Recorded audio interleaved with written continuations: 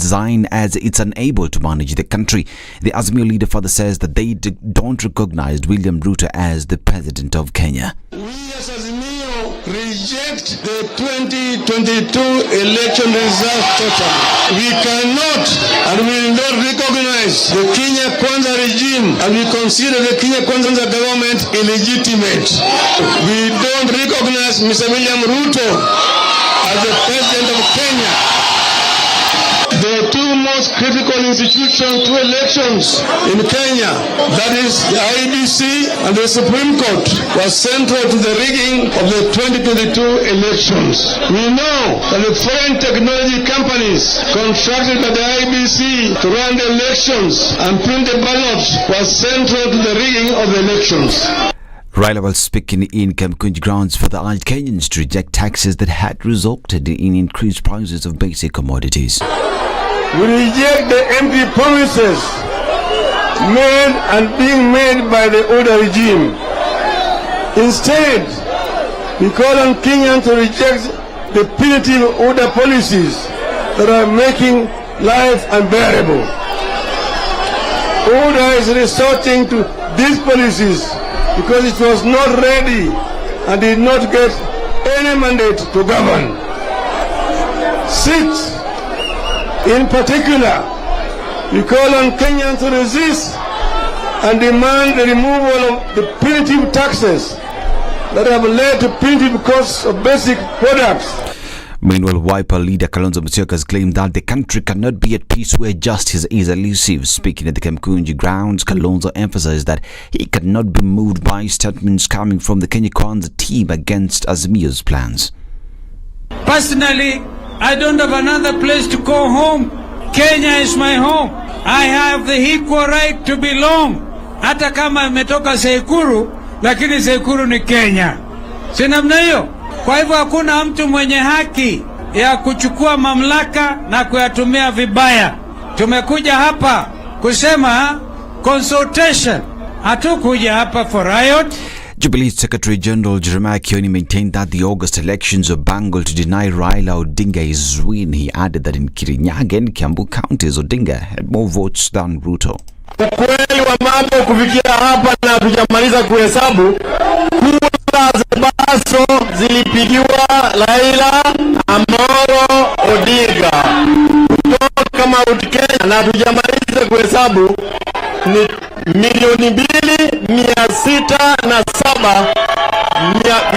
2,607,957. And President William Ruto has reiterated that he'll not settle for a handshake with Azimio leader Raila Odinga, even if he pushes his government to the edge. Ruto, while at a funeral in Kiambu, said the rallies being held by Odinga seemed to be to cause him to get into such an agreement. Hawa watu hakuna kitu wanataka. Hii ni watu wanapanga tu mambo ya nusu mkate. Sijui wanatafuta handshake. Mimi nataka niwaambie mapema mchana, my friends, sahau mambo ya handshake. Na msituambie ya kwamba ati hamutaki handshake. We can see you, si tunawajua. Hii ukora yenu ya kila siku tunajua. Mlifanya ukora pale, Moi akawaweka kwa ile ilikuwa inaitwa, sijui ilikuwa inaitwa cooperation. Mkalete fujo hapo na maandamano kidogo, mkapata nusu mkate kwa Mheshimiwa Kibaki. Mkakuja mkalete ukora hapa na maandamano kidogo, mkaweka vitisho kwa Uhuru Kenyatta, akapanga handshake. Sasa mnafikiri mnaweza kunipangia mimi ati maandamano, ati mupate chochote kutoka kwangu? You are dreaming. Ruto further condemned Raila over the back and forth of the election results. He urged the ODM leader to come to terms that he lost the polls. Wale jamaa wa system kwa sababu wamechanganyikiwa, wamekwama, wamerudi katika ile maneno tena ya maandamano. Wanataka sava ifunguliwe. Sijui wanaishi nchi gani. Chebukati na IBC walifungua sava zamani. Form 34A kutoka every polling station iko kwa portal. Form 34P iko kwa portal. Form 34C iko kwa portal. Hii sava wanasema kuuliza ifunguliwe ni sava gani? Unajua hawa watu wamezoea giza na ukora. Sijui kulikuwa na giza, kulikuwa na... Saa hizi tumemulika kila mahali, wamekosa mahali ya kujificha. Well, this is Newswire. I'm Dennis Aseto. Good morning.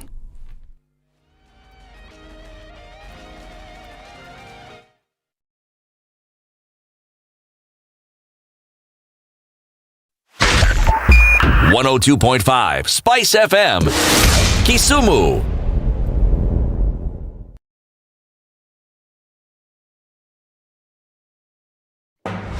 The following takes place from 6 a.m. to 10 a.m. every weekday on SpiceFM. You tune into Kenya's biggest conversation. My name is Ramanya. Amen. Amen. So 1 hour is over? Yeah. Oh yeah. Okay. It gets over. Can you imagine in 20 minutes? What the big boys have also done? I'm very proud of myself. When you understand about partnership in politics, it's like the way marriage is these days. When you're looking for a wife, you're like, oh, you know, maybe you can help me pay for fees as I pay for the rent. Why should you have a lioness living in your bedroom? I have to tell you a story. I went for a prayer meeting, which was called for the spouses of candidates for senators and governors. And when I got to the gate, the lady who was the secretary, she refused to. She's telling me, no. Leo tunataka wa mama. Leo ni wa mama. I'm telling her, no. She said, no, sio siku yenu. And I thought, there's a problem here, you know, because if it was a man, but this was a lady. Thank you very much, Eric, and it's good to be at the Situation Room. Always a pleasure coming here. This is the most challenging interview panel in Kenya. You guys are very well informed, and as you can see, Charles today, very philosophical. To be poor in this country is the greatest sin you can commit, not just from a legal perspective, but from life generally. It is very, very skewed. We've just heard on the floor of Parliament, just most recently, a leader within the ODM saying that Sisi ni ng'ombe is a baba. Yeah. Which means that you are willing to be milked dry. Hapo. You cannot force me to believe. I'll give way. If it's land that I'm told to return to you, I will. Okay? Because the court has said so. But I'll continue saying, watu wamenirusha. That's all that I'm doing. The Situation Room, Kenya's biggest conversation. 3, 2. Everybody, welcome to Kenya's biggest conversation. Heri Latifa, Muga, Madam Du, nimesalamia wote sana. Tumepokea salamu, asante sana. Hapa Garissa today the weather is very good, only that baridi inatupeleka mbio sana. Sasa baridi ni degree ngapi hapo? Hata sijui, lakini madam tunakauka sana. If you want to follow the money trail, you've got to think like a thief to be able to catch that thief. A slap from a friend is better than a kiss from an enemy. You remember the kiss of Judas Iscariot? Iscariot. Yes. Is the one that imetuweka kwa hii mashida yote na mataabu kwa sababu of that kiss. Yet the slap of Jesus Christ, when he slapped those guys wenye walikuwa wanauza mboga ndani ya kanisa, took them to heaven. The Situation Room, Kenya's biggest conversation.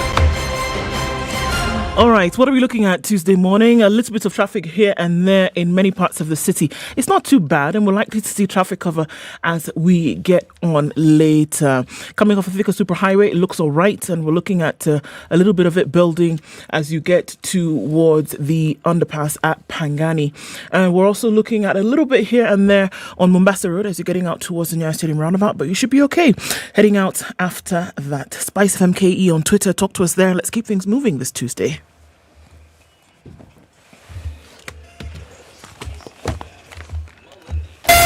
SpiceFM, Malindi.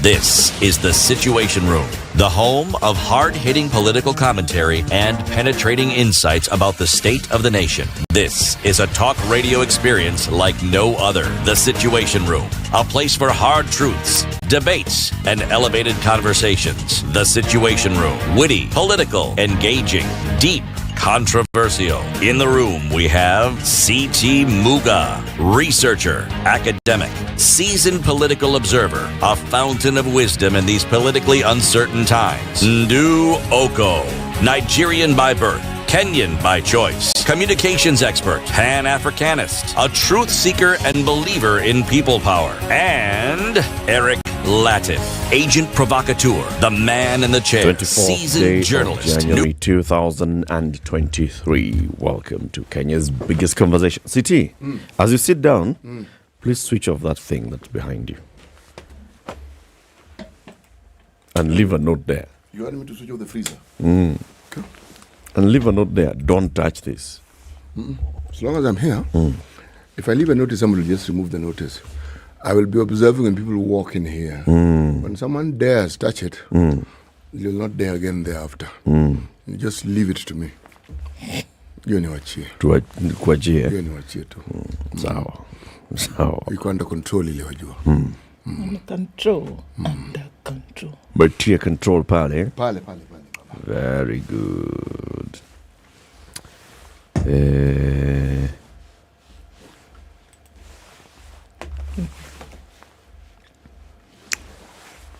Is Sotik closer to Nakuru or Kisumu?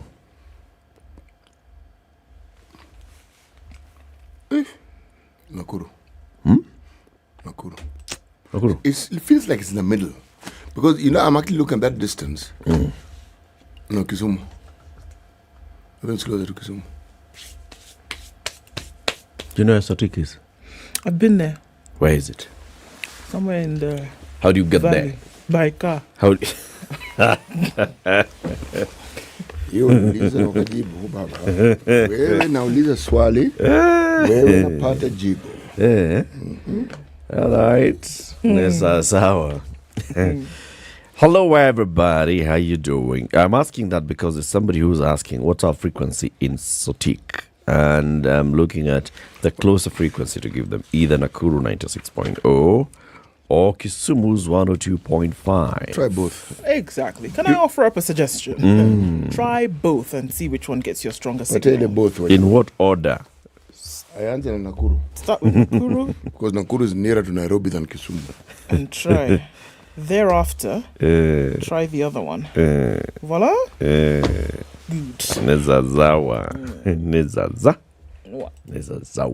Welcome to the conversation, everybody. So a lot happened yesterday. There was an entire Kamukunji welcoming party for Raila Odinga, who jetted back from South Africa.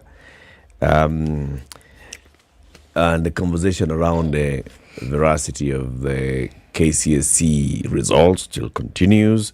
All these we're going to be discussing today. At 7 o'clock, we'll be joined by lawyer Ndegwa Njiro, who will come and tell us, okay, so Raila and Kalonzo and Karua and others have said we do not recognize the legitimacy of President William Ruto. What does that mean? So, okay, yeah, so you don't. Thereafter? So the lawyer Ndegwa Njiro will be with us at 7 a.m. for that discussion. Then let's talk trade, all right? Because we still must eat and we must earn a living as individuals, as businesses and all. Why must Kenya tackle illicit trade head on? And the CEO of the Kenya Association of Manufacturers, Anthony Mwangi, will be joining us for that conversation at 8 a.m. Keep it here for that. At 9 o'clock, we go back to Kisii. Watu wachane na wa Kisii sababu walipita exam. Richard Onyonka is a senator for Kisii County, and he come here and tell us what leaders make of Kisii County's exemplary performance in KCSE. When they hear all these people saying, okay, asking questions, are the leaders asking those questions? And remember, the Senator Richard Onyonka is the son of the late Dr. Zachary Onyonka. And what did Zachary Onyonka do when you were telling us yesterday? Well, in the 70s? He raised an issue. I didn't mention his name, but clearly you're a man who knows your arithmetic. You put 1 and 1 together. And you get 2. Yes, he raised the issue and said, guys, there's a problem here. There's a really big problem here. And this is something which must stop. I've paraphrased the whole statement, but that's the gist of what he said. He raised the issue. What did you want to stop? What he was pointing was that there were irregularities. Okay. Yes. Okay. But wait, why didn't you ask us how we have this money? No, that's coming. No, first things first. Okay, now. Ndu, good morning. Yes, how are you doing? I'm fine. What color is that dress? Red. What red? blood red. How many reds are there? There's maroon, there's wine red, there's blood red. Maroon there's is red. Cherry red. Maroon is a derivative of red. There's cherry red. Really depends. Okay. There's ruby woo red. So what color is CT's jacket? Cherry red. So that is cherry red and this is blood red. Actually, this is not blood red. I think we and CT are the same red. Cherry. If you were to hold up a cherry, it would be the same color. Cherry is Cherry is a fruit. Yes. The one that people like dipping in some alcohol. And chocolates. CT, you're onto something, man. I like you. And a cherry tomato is a different fruit. A cherry tomato is a tomato. Tomato is a fruit and a vegetable. But okay. Right. Many would say a tomato is a fruit. But anyway, cherry tomato is called a cherry tomato because of its size. Size is that of a cherry, but it's a tomato. So when they put the cherry on top, which one do they put? The fruit. The tomato or the other one? The cherry. The cherry on top is the cherry. And the ribbon. Okay, sawa. Lakini wewe uko sawa? Mimi niko sawa kabisa. Kabisa. Na CT my CT. Yes, he greeted me. Mimi ndo nakusalimia. Oh, I received the greetings. Thank you very much. And I thank you for the greetings. Please now receive my greetings. Ndu, how are you? I am fine, thank you. Thank you very much. Received. So thank you very much. Very nice, very nice. Tell us what's happening with COVID. All right, let me give you some of those numbers. One case of COVID in... Whoops. I've just closed the page like that. Anyway, one case of COVID in Kenya. So I don't know if there's any kind of positivity rate to hold it against because it's one case from a sample size of 800. So that's 1%. It's 1%. So numbers in Kenya are not looking too bad. It still continues to ask that you go out and get vaccinated. Have you been vaccinated? Do that. If you haven't, and then also if you have, get your second booster. Have you? What? Second? Have you got? Get your booster and your second one. I haven't gotten. I got the second shot. You got second shot. Have you gotten a booster shot? No. No. Okay. It's interesting because the videos, all over the internet, in terms of confirming whether they're true or not, that many of these top leaders in different organizations actually got a shot of water and didn't really get the COVID shot. So there's something about yeah, of course, this is conspiracies, right? That they actually didn't get the shot because they knew that there was some danger in it. Danger. Oh, so they were faking it. Yes. Basically, they were just staging for the public. Exactly. I got my shot. You got Right? my shot, You should but also get yours. But you got a shot of water and you didn't really get it. But because in truth, you were an anti-vaxxer. But let me ask you this question. Can you really verify the truth in this? No, you can't. And what makes them do? think that if indeed they thought they were getting water and they actually got the vaccine, would they have known the difference? They wouldn't. But what does it do? A statement like that, doesn't it just kind of put it out into the open and people start to think in a different direction? And that's what you do. Once you influence a thought, then the things people are likely to say comes from the influence of that thought. You know, I have to ask the question, is there direction in that thought or is it just all over the place? Well, no, isn't that the thing about all over the place and wildfire? That it actually does go all over the place, and that is the intent of the original piece of information. That's it. To cause, some kind of confusion or to cause things to be all over the place. That's what fake news does, isn't it? All right. China. Interesting story coming out of China as concerns COVID. A group of friends attended a vigil in Beijing. Then one by one, they disappeared. Friends of women living in Beijing began disappearing, detained by police after attending a vigil 2 weeks earlier. Right? It's all around COVID, of course. The woman, who is a recent graduate, learned that she was quietly detained by authorities in the weeks following a peaceful protest in November. Now, remember, the protest came out against the government in terms of COVID measures. Yes. The protest was one of many that broke out in many cities, showing a discontent rather with China's now dismantled zero COVID control. Now, CNN, who is reporting this story, confirmed that 2 were released on bail Thursday and Friday, just the other day, ahead of the Lunar New Year. One release was confirmed by her lawyer. The second was confirmed by a source. Now, they were not able to confirm whether the others were released. All these people were rounded up, right? But now they cannot be found. 2 of the young women detained, including the editor, have been formally charged with picking quarrels and provoking trouble. And what? Picking quarrels and provoking Is trouble. someone making that thing up? Wallahi, they're not. That was on the charge sheet. Well, it's a translation, of course, from Chinese, right? Of course it is. Of course it Picking is. quarrels. Picking quarrels and provoking trouble. I think what we refer to is disturbing the peace, isn't it? Yes, essentially. Misdemeanor, really. It's like jaywalking, right? The overall number of people detained in connection with the protests within what they're calling China's notoriously opaque security and judicial systems, I'm telling you, also remains uncertain. Beijing authorities have made no official comments about the detentions. There's been no public confirmation about that the authorities involved, whether the detentions were in connection to the protests. But the worrying thing now is that these ladies who went for this particular vigil and also then were arrested at some point now cannot be what? Cannot be found. By who? Not by anybody who Okay. is in connection with them. And how The do they know authorities they are mum about it because they're being looked for, obviously. I see. So how do they know they were arrested? Because they were rounded up. Apparently, they were rounded up on day 1 of this particular vigil. Okay. By said security forces, and they were actually seen being, bundled, whisked away. Exactly. And this vigil was, in protest. So it's interesting because Is this reminiscent of Hong Kong? Actually, it is. Okay.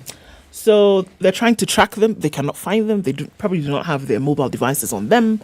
But it's interesting that 8 of them who were at this vigil have all disappeared. We're looking at 673,506,825 COVID cases around the world as of today. Okay. 22 minutes after 6. We are live streaming the show. Are you online? Let us know where you're locked in from. I see Zachary is up and early and busy. Zachary, I was looking for you on TV in Gatondo South yesterday, at the funeral of C.S. Moses Kuria's sister. Were you there? I didn't see you. Let us know. Good morning.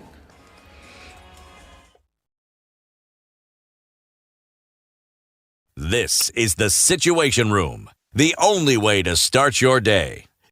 This is 00 Direct, woman host, music by women and only women guests. If COVID could mutate and evolve 6 times over the last 2 years, how many versions of yourself have emerged in the last 2 years? Do not, and you don't have to give anything to get ahead. All you have to do is give out and show out your talent. Catch 00 Direct every Saturday from 10 a.m. on SpiceFM. 94.4 Spice FM, Nairobi. This is one of the best ways to spend a Saturday.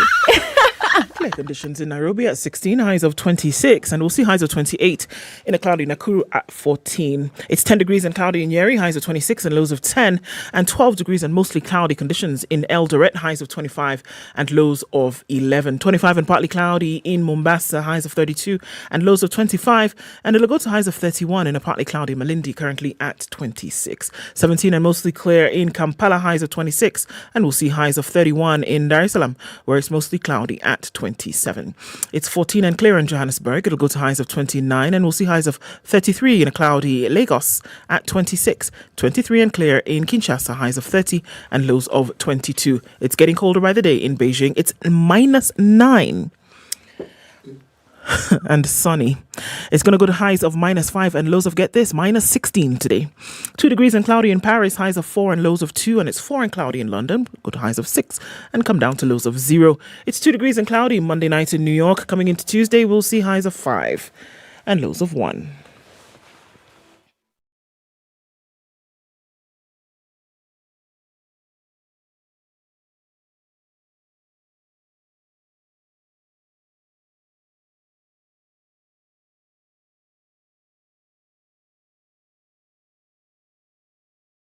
Mature, intelligent talk every morning. Spice up yourself.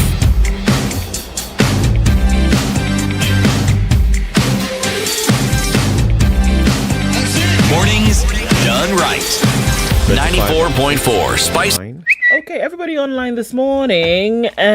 Quite a number of people. Idewa Francis says, good morning from Mombasa County. Chabon Koech Kevo is tuning from Doha in Qatar. Kimanzi is from Mwingi Central. And listening in from the Caribbean is Majime Sisu. Michael Gitao says, good morning. Yesterday's conversations were lit. Looking forward to great ones ahead. Indeed. Dennis Sigay says, good morning from Kisumu City. And there's Zachary saying, hope your night was restful. Was it? This is when you say yes or no. Yes. Thank you. Now, Ndu specifically, the people... No, this computer is talking to itself. Okay. Now, Ndu, the persons who accompany hunters to Camp David's are never disclosed. Okay. Their names and identities remain classified for periods not less than 30 odd years. Only to say that lots of Teddy Pendergrass was played. Sawabasi. Right. Okay. Good morning, Zachary. Okay. Then Umazi Mwachiti, there's that name again. Kama wewe Ndu, naeza kuwa a people of Igbo by choice. Well, if you say a phrase to me in Igbo, then I'll see if you pass the test. But your name still remains nice, Umazi. Grand Mullah Kaiser says, good morning. Say hi to Eric City and yourself. Who's yourself? Zachary Ondio says, good morning from Kakamega. Greetings from chilly Dubai. You know when Dubaians say it is chilly, it's like 30 degrees. Abby? Good morning from Minneapolis. That's, Waterman, it's been a minute. How are you? Enjoy your day, won't you? That's what Shem Obulemire says from Gatondo. And Bernard Tosh Mudike says, good morning. Enjoying the show. Everybody's online this morning. I can't get to everybody. Kaka says, good morning. Newton is here. Alhaj is also tuned in. Kem Tuku says, good morning. And Don Saba, you know what? Somebody's been missing for a minute. Eddie Oduor is here and says, good morning from this end of the country. Ruto and Raila must not shake hands. They must continue throwing barbs at each other. Okay. A handshake will not add any value to our already battered economy. Sawa basi. Don't worry. Good morning. Say hi to Eric City. Okay, I've said. I can see you all this morning. Thanks for checking in. Asante sana. Karibuni. Kabisa. City? Yes, please. How you doing? Very well. Take us back to Luanda. It is the destiny of a donkey to carry a heavy burden. It is written. That's the portion. It is the destiny of a donkey to carry a heavy burden. Oh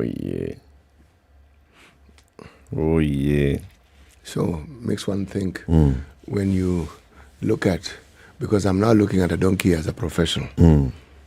It's a professional whose ability and talents and capabilities lie in the ability to carry heavy burdens. So higher. Okay, shall we look at what's on the front pages of the papers? Yes. Let's do that. All right, the front page of the Standard today, Raila's bombshell. Opposition leader says Azimio will not recognize the government and is calling for President William Ruto's resignation. He demands records of the last election be made public, but the president says time for threats and impunity is over. So don't disturb us. We're doing our work. So that's what happened yesterday. We're also seeing that what do we call it? Inquiry, trial. What is happening with the sheriff? What is that? That one? Yeah. It's an inquiry. Inquiry. Okay. The sheriff for inquiry continues, and it's what is being called a plotted polls runoff. Factors that could affect Nigeria polls. We know that we're going to election in the next few months. So that's what's on the front page of the Standard.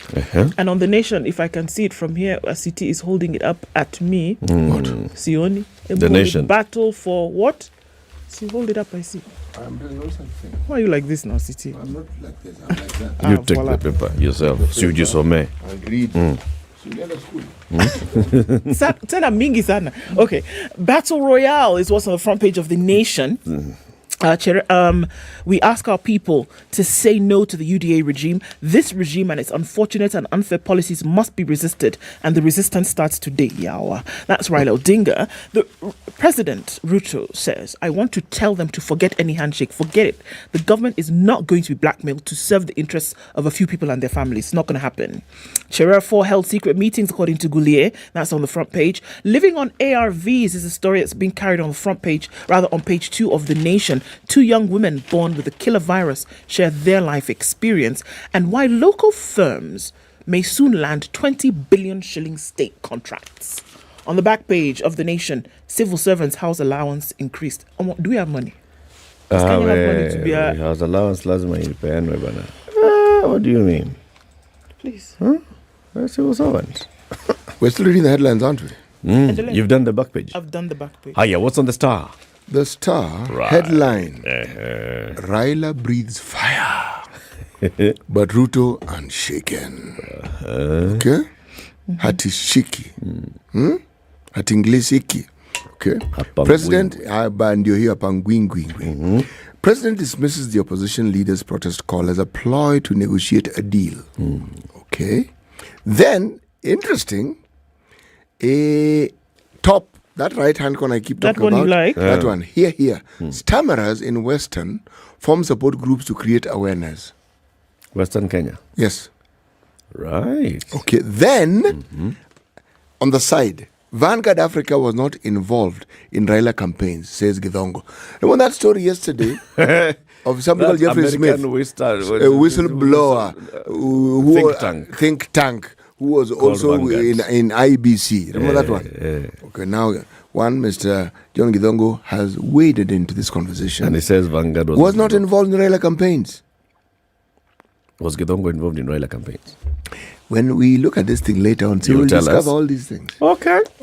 Then, the East African. The East African had some very, very interesting articles, and we'll be talking about them in the course of the week. Survival of the richest as inequity skyrockets. Okay? Russian question in Congo conflict. Now, for movie lovers, there's a section of the East African called The Magazine. Wakanda in Uganda. Inside the studio that makes superhero costumes. Very good. Very good. And we continue. Let me tell you about the Business Daily. Mystery investors' purchase of Safaricom shares stops plunge. Now, apparently, for the last couple of days, Safaricom shares have just been doing a dip. A midweek block purchase of Safaricom shares by an unknown local institutional investor has halted the slide in the telco shares that had hit a 69-month low, triggering bargain purchases. The NSE data shows Safaricom's traded volume jumped to 57.13 million on January 18th from Tuesday's 4 million. From 4 million to 57 million traded. A rare surge for a counter that had witnessed sub 10 million trading for multiple days in recent weeks. So somebody saw this and they were like, thank you. You know what? I'm going for them. They took in some good amount of shares. But wouldn't then one raise the question, therefore, then, are we sure that falling was just falling, or was the falling? The falling fall? The falling had been falling for the fall to fall. Or was the falling fallen? Yeah. Higher. Ruto administration is going to borrow 3.6 trillion shillings in its first term. It's going to do what? Borrow 3.6 trillion shillings in its first term. 5 years. Not Sister first year. Here is a bit tongue-tied. President William Ruto's administration is targeting at borrowing 3.6 trillion shillings in its first 5-year term, pending his plan to go slow on debt. The 3.6 trillion is equivalent to 89% of the record 4.1 trillion that President Uhuru had borrowed in the 5 years to June last year. So then it's a reduction. It's an 11% reduction. Well done. I mean, it's all math, isn't it? Isn't it? Uhuru had borrowed 4.1 trillion in 5 years. Ruto is going to reduce that by only borrowing 3.6 trillion. Let me ask only. you, Eric, you know. At 3.6 trillion, the borrowing is more than 2.7 trillion that Uhuru had chalked up in his first term and the 1 trillion that Kibaki had borrowed in his last 5-year term. Okay. I like that maths insofar as all we're doing is teaching some threes how to add 1 plus 1. Very good. But the economy doesn't function that way. The whole story behind the borrowing was either for infrastructure or for things that needed that great deal of money, isn't it? Yes. So hopefully they were done. Hopefully. Well, yes, that's the whole idea. That's the whole justification for the trillions that were borrowed. Yes. So now, what are we borrowing this one for? Development. To continue. What development? Development sio barabara peke yake. No. I agree completely. Mega dams need to be built. Really? People don't have water. We don't have water pans. We want to build water dams. Yes. Okay. Why are you thinking small? I am not thinking small. Think big or go home. Think big and big things will come. Okay. Like big money. You know. Nataka tuweke karai hapa nje. I have actually. Mvua ikinyesha ingie kwa karai. You know. Earlier on, when we were having breakfast, I informed the two of you that the beauty of human interaction is this. It's a data collection process. I now know the church that you two go to. It's the same church. 25 minutes to 7. Let's take this break. Let's take a look at the traffic. Good morning. This is the Situation Room, the only way to start your day. The following takes place from 6 a.m. to 10 a.m. every weekday on SpiceFM. You tune into Kenya's biggest conversation. My name is Ramanya. Amen. So 1 hour is over? Yeah. Oh, yeah. Okay. It gets over Can you imagine in 20 minutes. What the big boys have also done? I'm very proud of myself. When you understand about partnership in politics, it's like the way marriage is these days. When you're looking for a wife, you're like, maybe you can help me pay for fees as I pay for the rent. Why should you have a lioness living in your bedroom? I have to tell you a story. I went for a prayer meeting, which was called for the spouses of candidates for senators and governors. And when I got to the gate, the lady who was the secretary, she refused to. She's telling me, no. Leo tunataka wa mama. Leo ni wa mama. I'm telling her, no. She said, no, sio siku yenu. And I thought, there's a problem here, because if it was a man, but this was a lady. It will be called First Ladies until you turn. All right, it's heavy on Jogoro this morning, and just coming past that Makadara train station, we've got some traffic heading out towards Landis, and then on towards Haile Selassie. Coming in from Gong Road, we're seeing some traffic that started pretty early today. Let's take a look at the Thika Superhighway, where we always see traffic every morning, and yep, there it is. It's coming in through that way past Safari Park Hotel, inching along. Folks are using the service lanes. You might want to think about that if you don't want to get stuck in traffic. It's building up on James Gishuru. We'll see some traffic then spilling over to Wayaki Way. Today is the day. The yellow buses are on the roads. Everybody's going back to school, joining those who already started about 3 weeks ago and the other school systems. But here we are back to school today, and we expect some traffic. So let's keep an eye out for that. It's because there's more vehicles on the roads taking children to and from school. Yes. All right, we'll look in a short while and see what it looks like. Talk to us, SpiceFM KE on Twitter. Let's know what you see. Try to keep things moving this morning.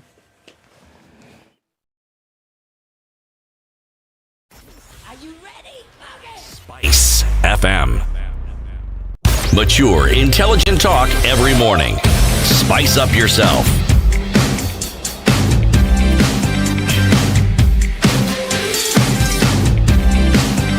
Mornings done right. 94.4 Spice FM, Nairobi. It's 22 to 7. Pick a headline then. Or do you want me we finish this one? Yes. 3.6 trillion? Please. Because you see, people seem not to understand. Analysis. Okay. Analysts had expected. It's okay. Alan Isis. That Ruto's administration would cut fresh borrowing by a larger margin than what he has cut it by after committing to ramp up its tax collections over the next 5 years. But this rise in spending under the so-called bottom-up economic plan, which proposes to channel resources to sectors that can have a mass impact in creating jobs and wealth, has prevented deeper cuts on the country's borrowing. Ruto's budget will top 5.1 trillion in the fiscal year ending June 2027 from Uhuru's last annual expenditure of 3 trillion. Okay? So this financial year, 3.6 trillion. By the time Ruto is done, 5 years, first term, 5.1 trillion shillings will be our budget, annual budget. Meanwhile, on the other side, the Treasury is banking on VAT in 3.8 trillion shillings revenue growth plan. That's what the Treasury is looking at. See, they've been told, okay, I am not going to be going to the market to borrow. I need you to raise your revenue capacity. So the National Treasury is eyeing VAT as the segment with the highest potential for growth in its ambitions to expand revenue to 3.8 trillion by 2027. In the next 4 years from July, VAT collections are expected to rise by 80%, the highest among the 4 major tax heads. The tax money is expected to implement key administrative policies to support VAT performance, including fully rolling out that new thing that they've done, the electronic tax invoice management system, aimed at netting tax cheats. Okay. Yeah. Now, while that's going on, civil servants' house allowance will be increased. Okay. Our friend, chairperson of the Salaries and Remuneration Commission, Lynn Mengich, has told people that they are set to receive a pay rise after they've adjusted their housing allowances. According to the rates, Nairobi civil servants in Job Group K, for example, will now receive 16,500, up from 10,000. Job Group A, drivers, personnel secretaries, cleaners, etc., will now get 3,700, up from 3,000. The new rates for the allowances apply to all public officers, all. Other than state officers. This is where now, who's a state officer, who's a public officer, right? At the national and county government, including state corporations from scheduled effective dates of implementation. So they've talked about respective employers in the civil service should initiate their CBAs with the relevant trade unions in the implementation of the reviewed harmonized, they've said in a circular. In the review, the allowance for public officers living in all major municipalities, including Mombasa, Kisumu, Nakuru, Nyeri, Eldoret, Thika, Kisii, Malindi, and Kitale, will be the same. You get it? Before it used to be if you go to one town, go to another, there's going to be some kind of variance, but we're saying no. It's going to be uniform across board. So whether you're going to... These are municipalities. I thought I heard you mention some that are cities. Mombasa is a city. Yes, it is. But for them, they're calling them former major municipalities. So all of them have been put in the same tub. Okay. So it doesn't matter. So initially there was a difference. There was a difference. If you're in Nairobi, if you're in Kitale. You'd be posted to a place like Kitale where the rent prices have gone up, but the government is still paying you 1900 rates. House allowance. Exactly. So now the thing is, whether you live in Nairobi, if you're in a particular job group, let's say K, for example, if you have been posted to Mombasa, if you have been posted to Kakamega, and it is 16,500, you will get 16,500 in Nairobi, you will get 16,500 in Kakamega. Okay. Okay. I did mention... You did or you didn't? I did. Okay. DID. Okay. Mention something that I found interesting, among the many things I found interesting in the East African. Yes. The headline is Survival of the Richest. Inequality crisis as billionaires amass more wealth. Oh, nice. There was a story last week about Kenya having reached 1,000 and something dollar millionaires. N'est-ce pas? Yep. Okay, is this an... Okay, sorry. Okay. No. Okay. It is the input is good. It's very good. It's good to know. Just so that we can understand what it is that I'm talking about, I will read. Okay. The world's richest 1% pocket at least $26 trillion, which amounts to 63% of all new wealth created globally since 2020. Oh, nice. 1%, 63. Just... Okay. Right. Even as the rest of the globe grapples with inflation, worsening income inequalities in the face of a worldwide economic recession, a new report suggests. Okay? It's not a whistleblower. It's a report. Okay? And this is the Survival of the Richest report released this week by international anti-poverty charity Oxfam. Okay? Okay. It shows that the wealth of the richest few will continue to skyrocket at the expense of the poor if governments do not curtail them through stringent tax measures. What are they saying?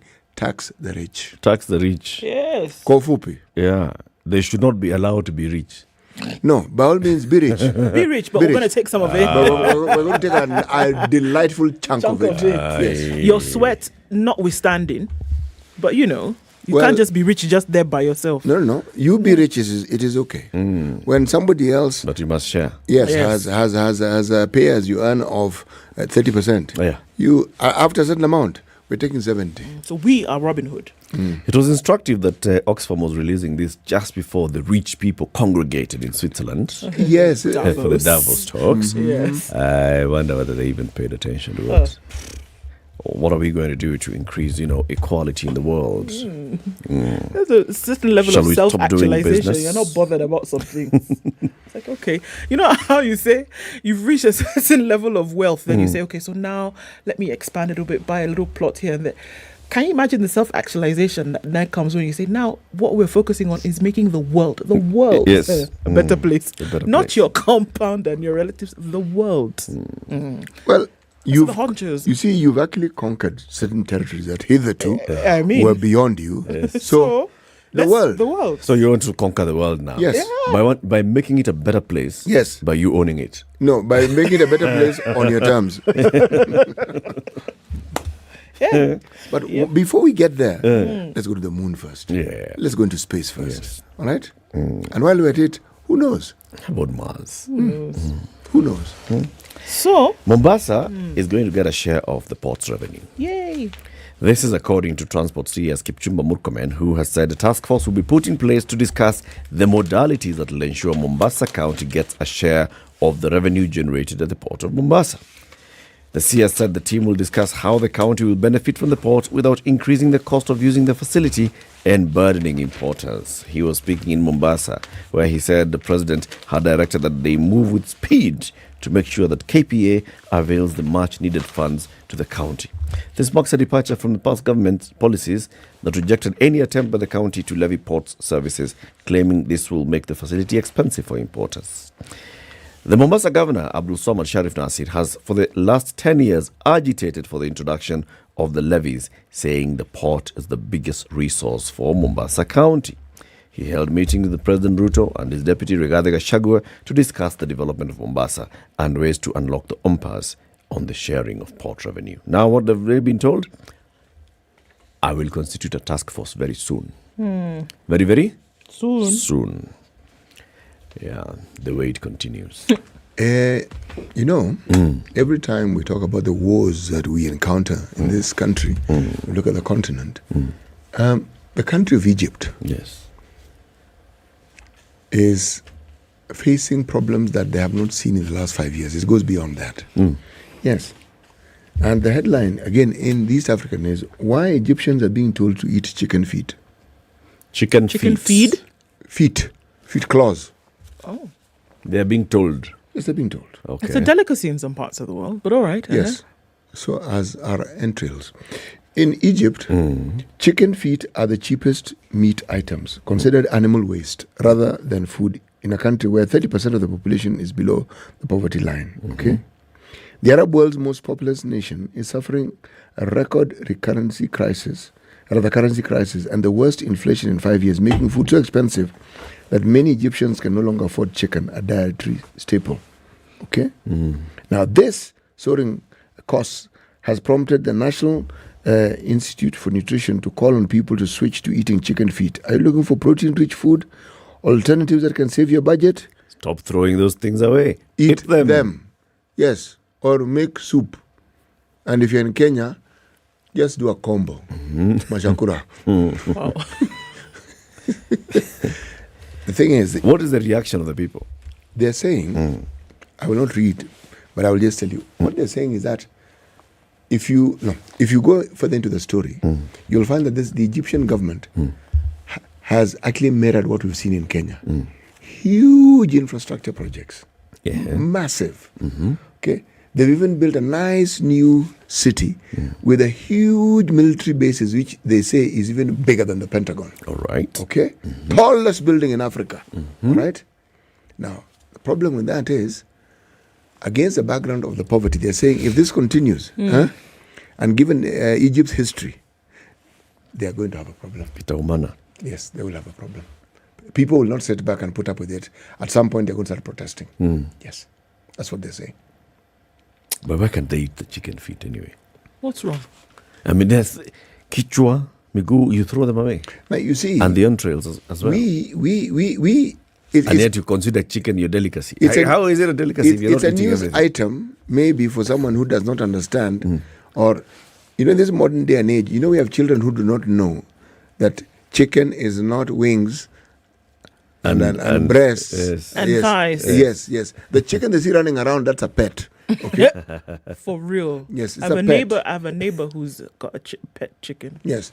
The other one you buy in the supermarket, because for them chicken is bought in the supermarket. Yes. Now, the generation that is represented here knows chicken is a live running thing that you chase if you want to eat it. Roadrunner. Yes. Now, there is no part of that chicken that is not eaten. None. It's true. None. Hata manyoya iko na bahati sana. Yes. What? I have a problem with the head, but okay. Ukichemsha kidogo? No. Titi. The head of a kuku? Ukichemsha kidogo. Oh, hata ukichemsha sana. No. Do you like the neck? Actually, it's actually quite tasty. If done right. If done right. See? But the head has got so many details. Imagine. We live in a continent where this concept of waste, if you want to understand that it's a foreign concept, is this discussion we're having. Yeah. Which part of the chicken don't we eat? The head. What do you mean it's waste? Waste how? Waste what? What are you talking about? What are you talking about? The feathers, then you finish, you use the feathers to scratch your ear. Feather has purpose. Or use it for beautification. Okay. Let me tell you. Guliye said the Chirera 4 often met secretly at anniversary towers. We know that this case continues. Former commissioner with the electoral agency has recounted how 4 dissenting colleagues used to secretly meet. So there was a problem from the get-go that they used to have these meetings on their own. So yesterday, Professor Abdi Guliye said that they went into hiding immediately after announcing the presidential results. He claimed that the 4 commissioners, known as the Chirera 4, met frequently, and he alleged that at some point, Mr. Chirera relocated to a new office, so they were not even really in the mix. So it's like they were planning something even before the announcements of the presidential election results. We were not bothered by the meetings at the time. They didn't really think much of it. She had an office on the 6th floor, but decided to move. He was testifying before Justice Agri Mushalule and the tribunal that's investigating the allegations of misconduct.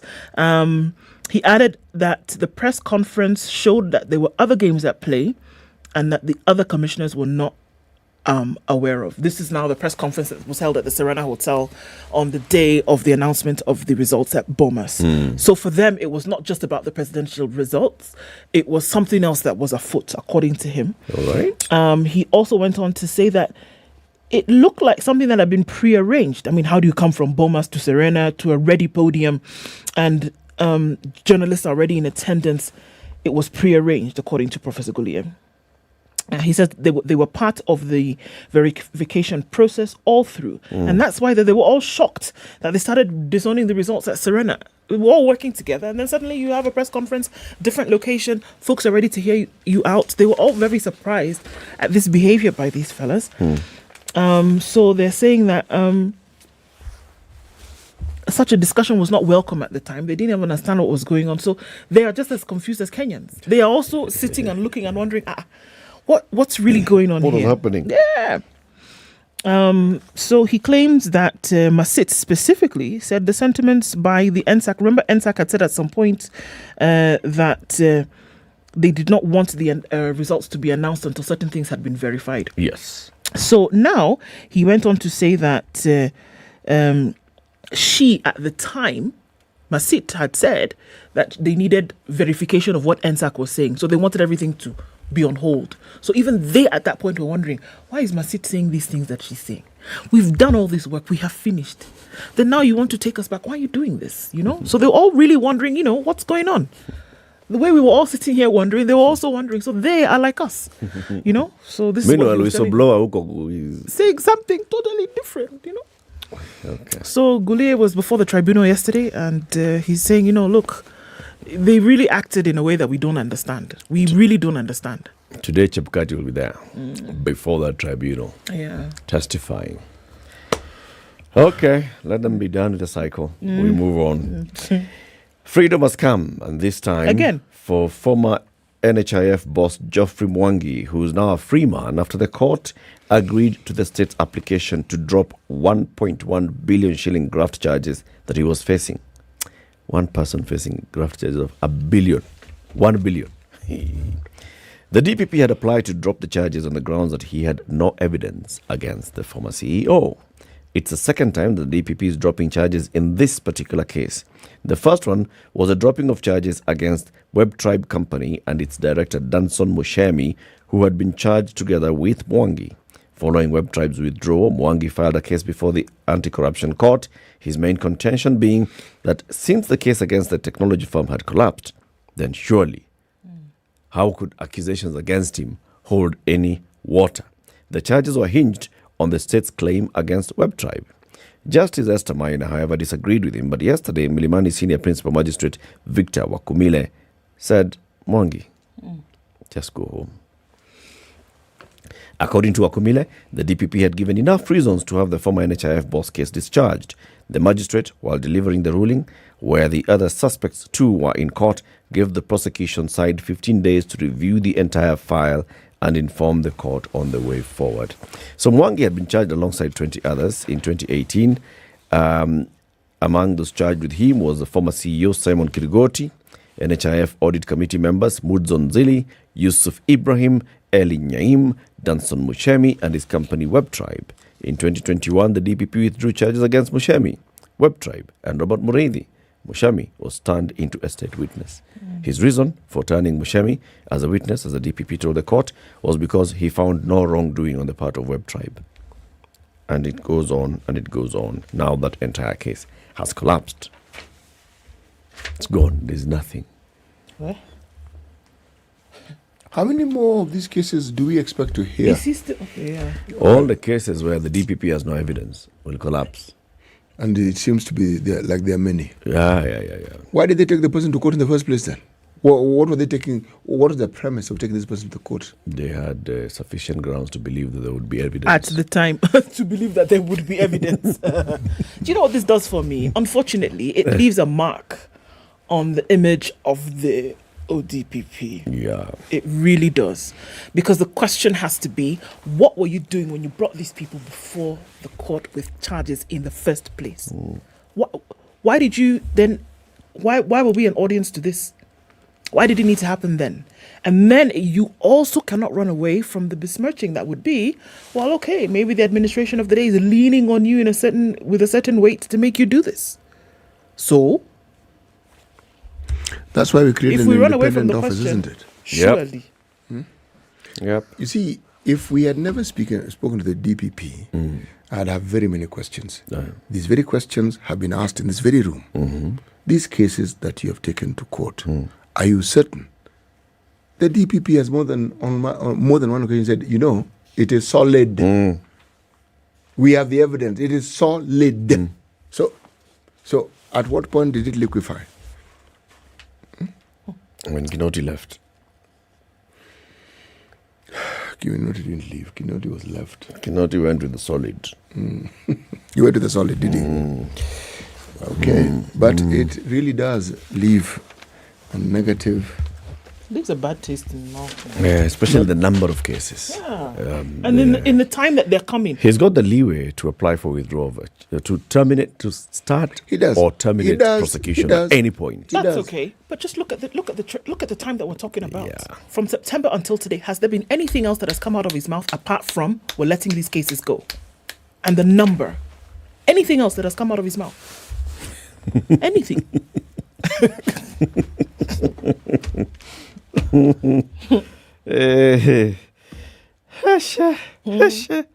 MPs are meeting in Mombasa and they have said we are not meeting, but they have gone to Mombasa. What are you saying? They've gone to Mombasa, they went into the room, they said, let's walk out of the room. Why? Wapi pesa CDF? We're not sitting here we're for not induction. doing- Induction what? And children, schools are opening. Yeah. People are waiting for us, and people are here talking. And no, we're not doing Induction, Kenya School of Maka, Government. whatever. You can govern yourselves. Kenya School of Government, teach yourselves. You teach yourselves. Yeah. Induction. Wapi pesa? Ya basari na ile pesa ingine. Keep it here for more conversations. Coming up in the next hour, we talk to lawyer Ndegwa Njiru. The implication of Azimio's refusal to accept the legitimacy of this government. Good morning. It's 7 a.m.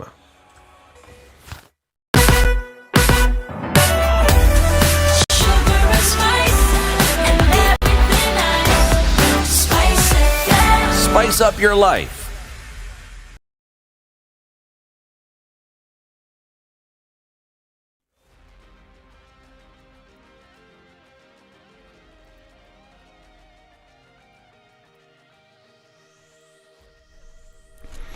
Good morning, this is Newswire. Dennis Aseto.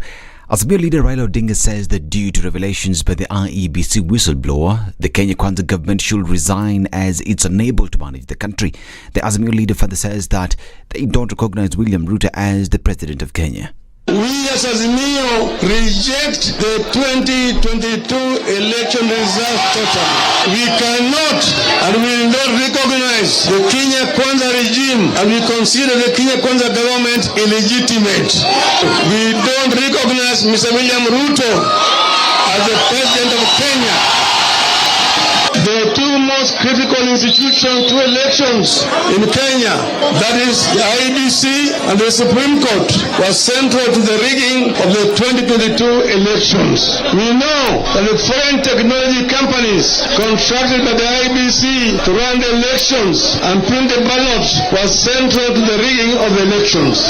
Raila, while speaking at Kamukunji grounds, for the urged Kenyans to reject taxes that had resulted in increased prices of basic commodities. We reject the empty promises made and being made by the older regime. Instead, we call on Kenyans to reject the punitive older policies that are making life unbearable. Order is resorting to these policies because it was not ready and did not get any mandate to govern. 6. In particular, we call on Kenyans to resist and demand the removal of the punitive taxes that have led to punitive costs of basic products.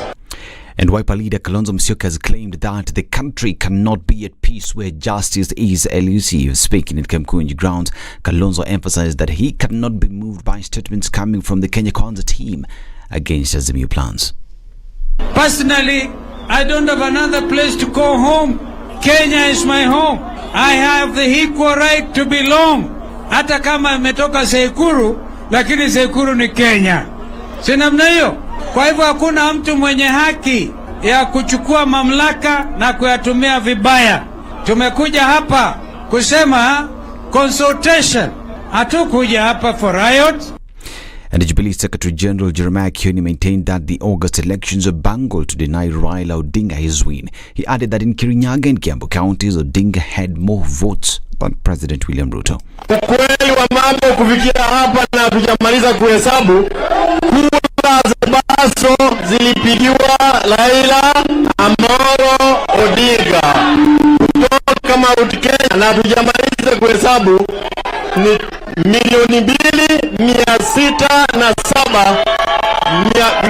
2,607,957. Meanwhile, President William Ruto has reiterated that he will not settle for a handshake with Azimio leader Raila Odinga, even if he pushes his government to the edge. Ruto, while at a funeral in Kiambu, said the rallies being held by Odinga seemed to be to cause him rather to get into such an agreement. Hawa watu hakuna kitu wanataka. Hii ni watu wanapanga tu mambo ya nusu mkate, sijui wanatafuta handshake. Mimi nataka niwaambie mapema mchana, my friends, sahau mambo ya handshake. Na msituambie ya kwamba ati hamutaki handshake. We can see you, si tunawajua. Hii ukora yenu ya kila siku tunajua. Mlifanya ukora pale, Moi akawaweka kwa ile ilikuwa inaitwa, sijui ilikuwa inaitwa cooperation. Mukalete fujo hapo na maandamano kidogo, mkapata nusu mkate kwa mheshimiwa Kibaki, mkakuja mkalete ukora hapa na maandamano kidogo, mkaweka vitisho kwa Uhuru Kenyatta, akapanga handshake. Sasa mnafikiri mnaweza kunipangia mimi ati maandamano ati mupate chochote kutoka kwangu? You are dreaming. Ruto further condemned Raila over the back and forth of the election results. He urged the ODM leader to come to terms with the fact that he lost in the polls. Wale jamaa wa system kwa sababu wamechanganyikiwa, wamekwama, wamerudi katika ile maneno tena ya maandamano. Wanataka saba ifunguliwe. Sijui wanaishi nchi gani. Chebukati na IBC walifungua saba zamani. Form 34A kutoka every polling station iko kwa portal. Form 34P iko kwa portal. Form 34C iko kwa portal. Hii saba wanasema kuuliza ifunguliwe ni saba gani? Unajua hawa watu wamezoea giza na ukora. Sijui kulikuwa na giza, kulikuwa na... Saa hizi tumemulika kila mahali, wamekosa mahali ya kujificha. This is Newswire. Dennis Aseto. Good morning.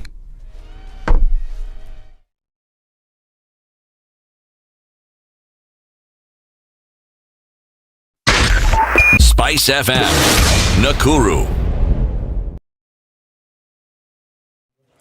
All right, it's heavy on the Thika Superhighway coming into the city. There will be quite some traffic this morning. We know that with the heightened activity as schools open. We're also looking at it coming out of Westlands, heavy through to Waiyaki Way and off James Gishuru. You can use the Red Hill Link Road, but that might also get you stuck as you're getting out into Limuru Road. We're looking at traffic, not too bad coming off of Kiambu Road, but it's going to get heavy as you get towards Muthaiga Square. The bypass is looking pretty good, northern, eastern and southern. There's traffic that's starting to build up on Langata Road. Wow, what is this? Multimedia, that road that we're looking at coming in from Rongai and then trying to connect on to Langata Road is also pretty busy right about now. All right, let's keep an eye on things. The sun is coming up. Let us know what's going on where you are. SpiceFM KE on Twitter.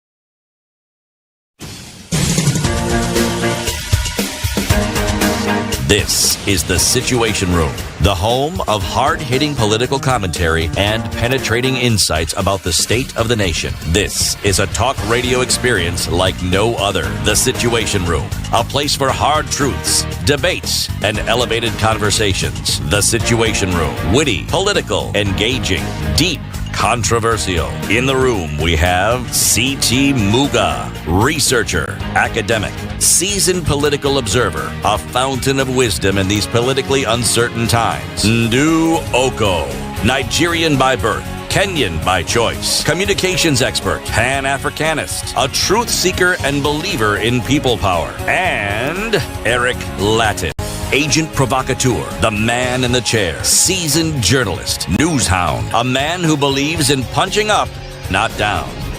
This is The Situation Room, the only way to start your day. Good morning and welcome to hour 2 of The Situation Room this morning, the 24th of January 2023, live on SpiceFM on KTN Home, online, streaming on YouTube and Facebook. We have a guest in the studio. But first, let me tell you about what you can do with some money.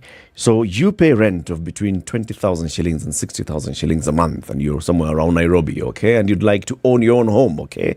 Now, you can actually start a journey towards home ownership by buying a piece of property that's being developed by Centum Real Estate in Kasarani, just 3 kilometers from the Thika Superhighway.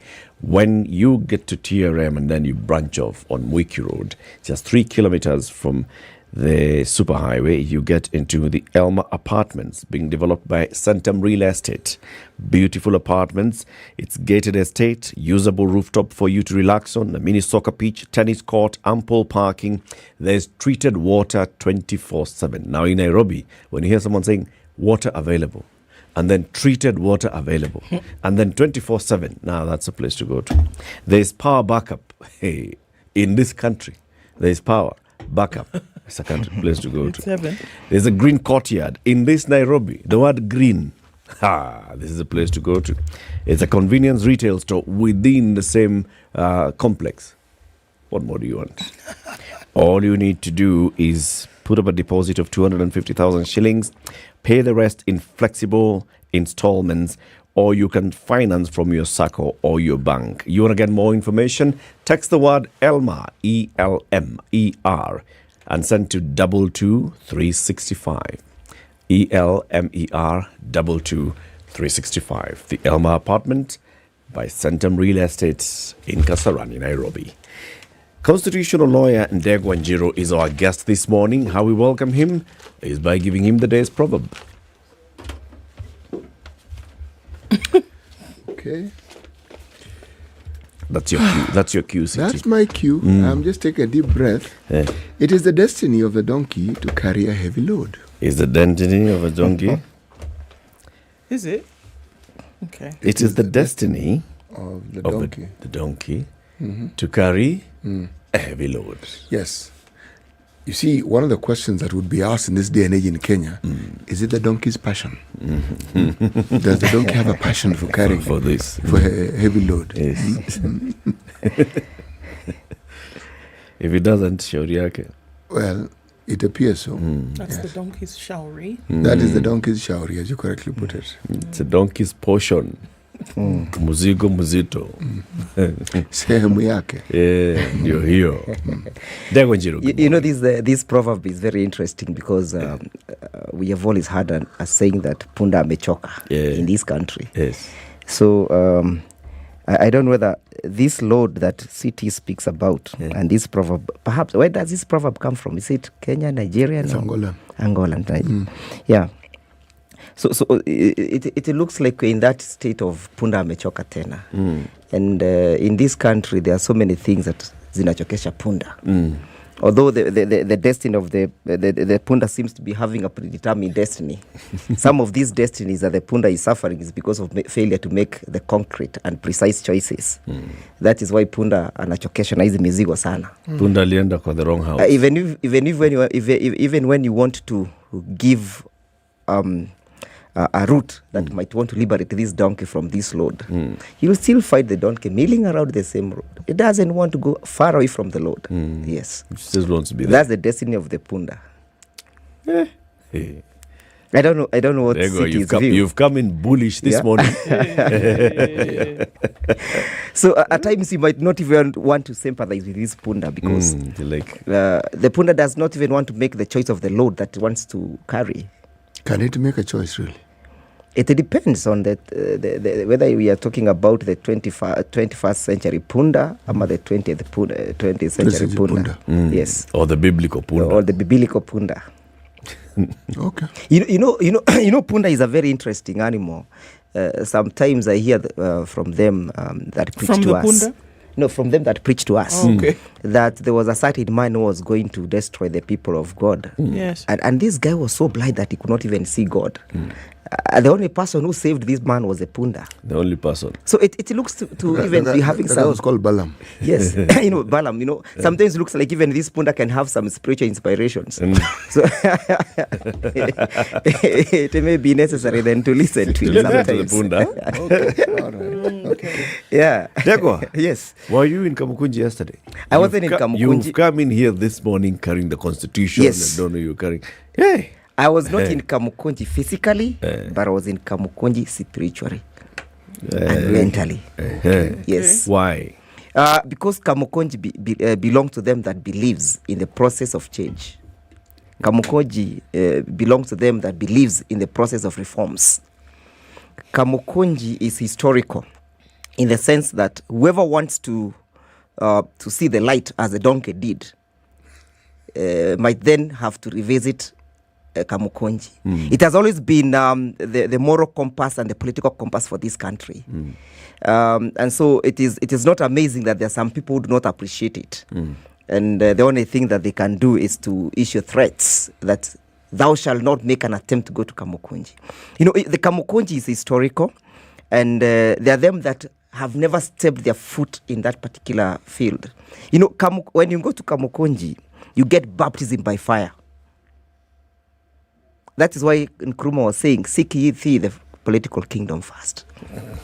If you want to seek the political kingdom through the process of reforms, through the process of social change, political change, and economic change, it's Kamukunji. So why were people in Kamukunji yesterday? We were in Kamukunji because we wanted to retrace ourselves.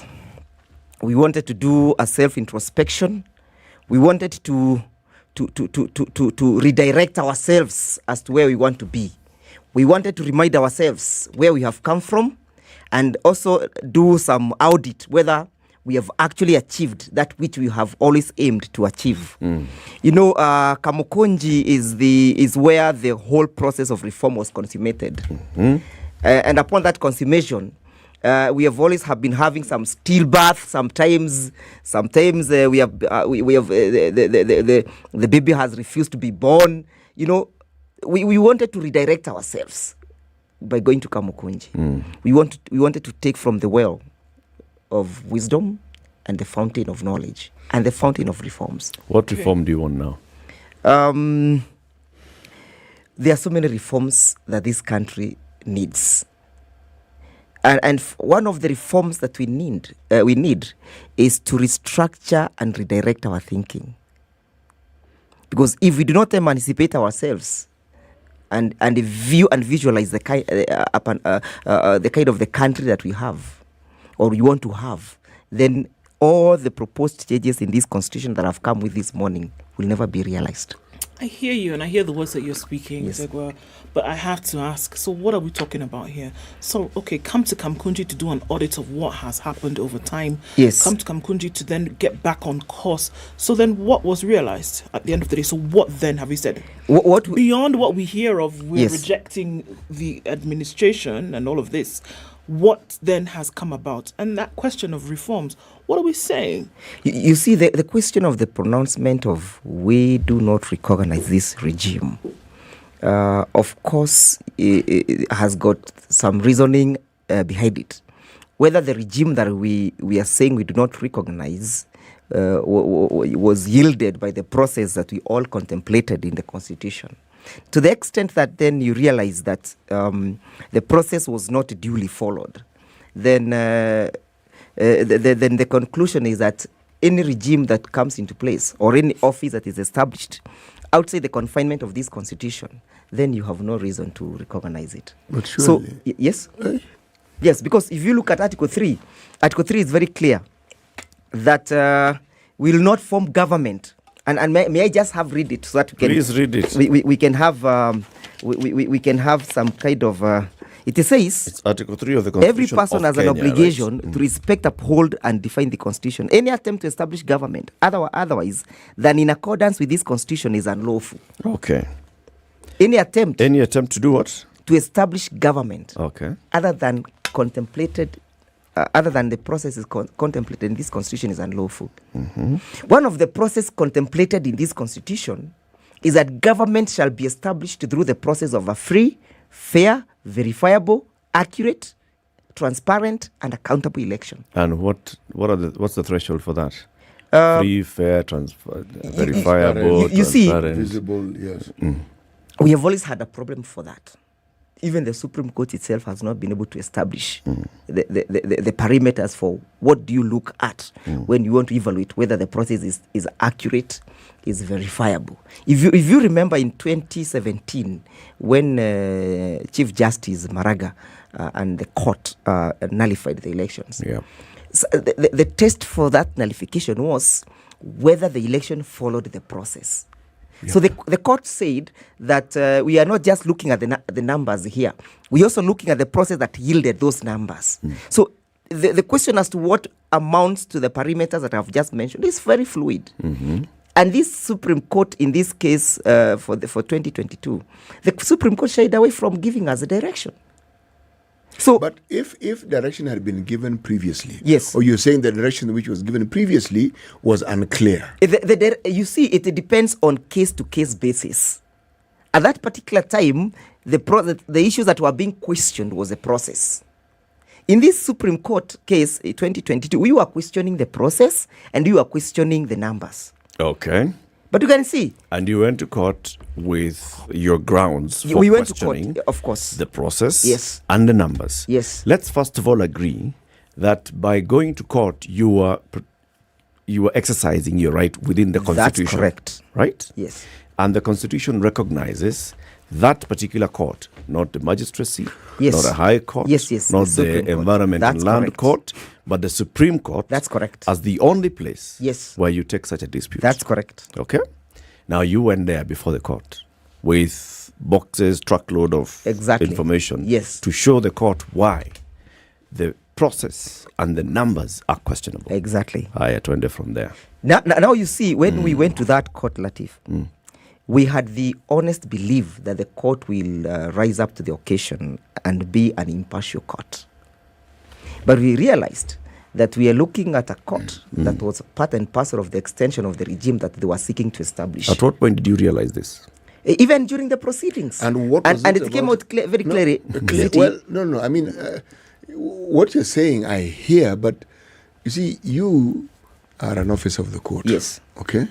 This process that you people represent and which you champion, for it to make sense to us lay people, a statement such as the one you've made must be supported by fact. Yes, I will. So, you see, when you go to a court, you expect to find a very neutral arbiter.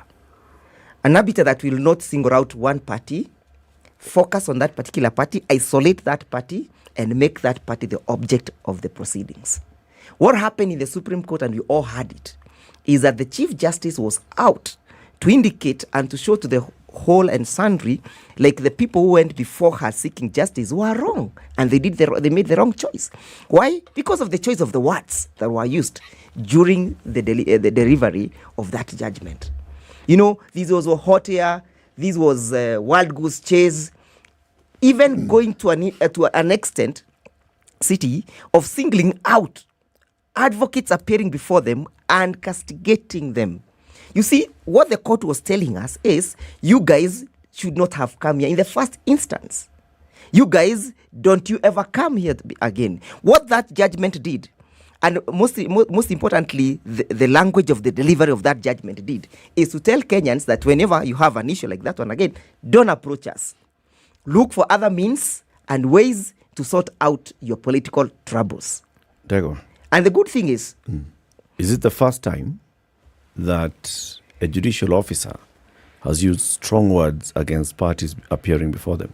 No, it's not the first time. Looking at, this is what you've brought before me. It's not the first time. And this is how It's not the first time, but the choice of words from a judge tells it all.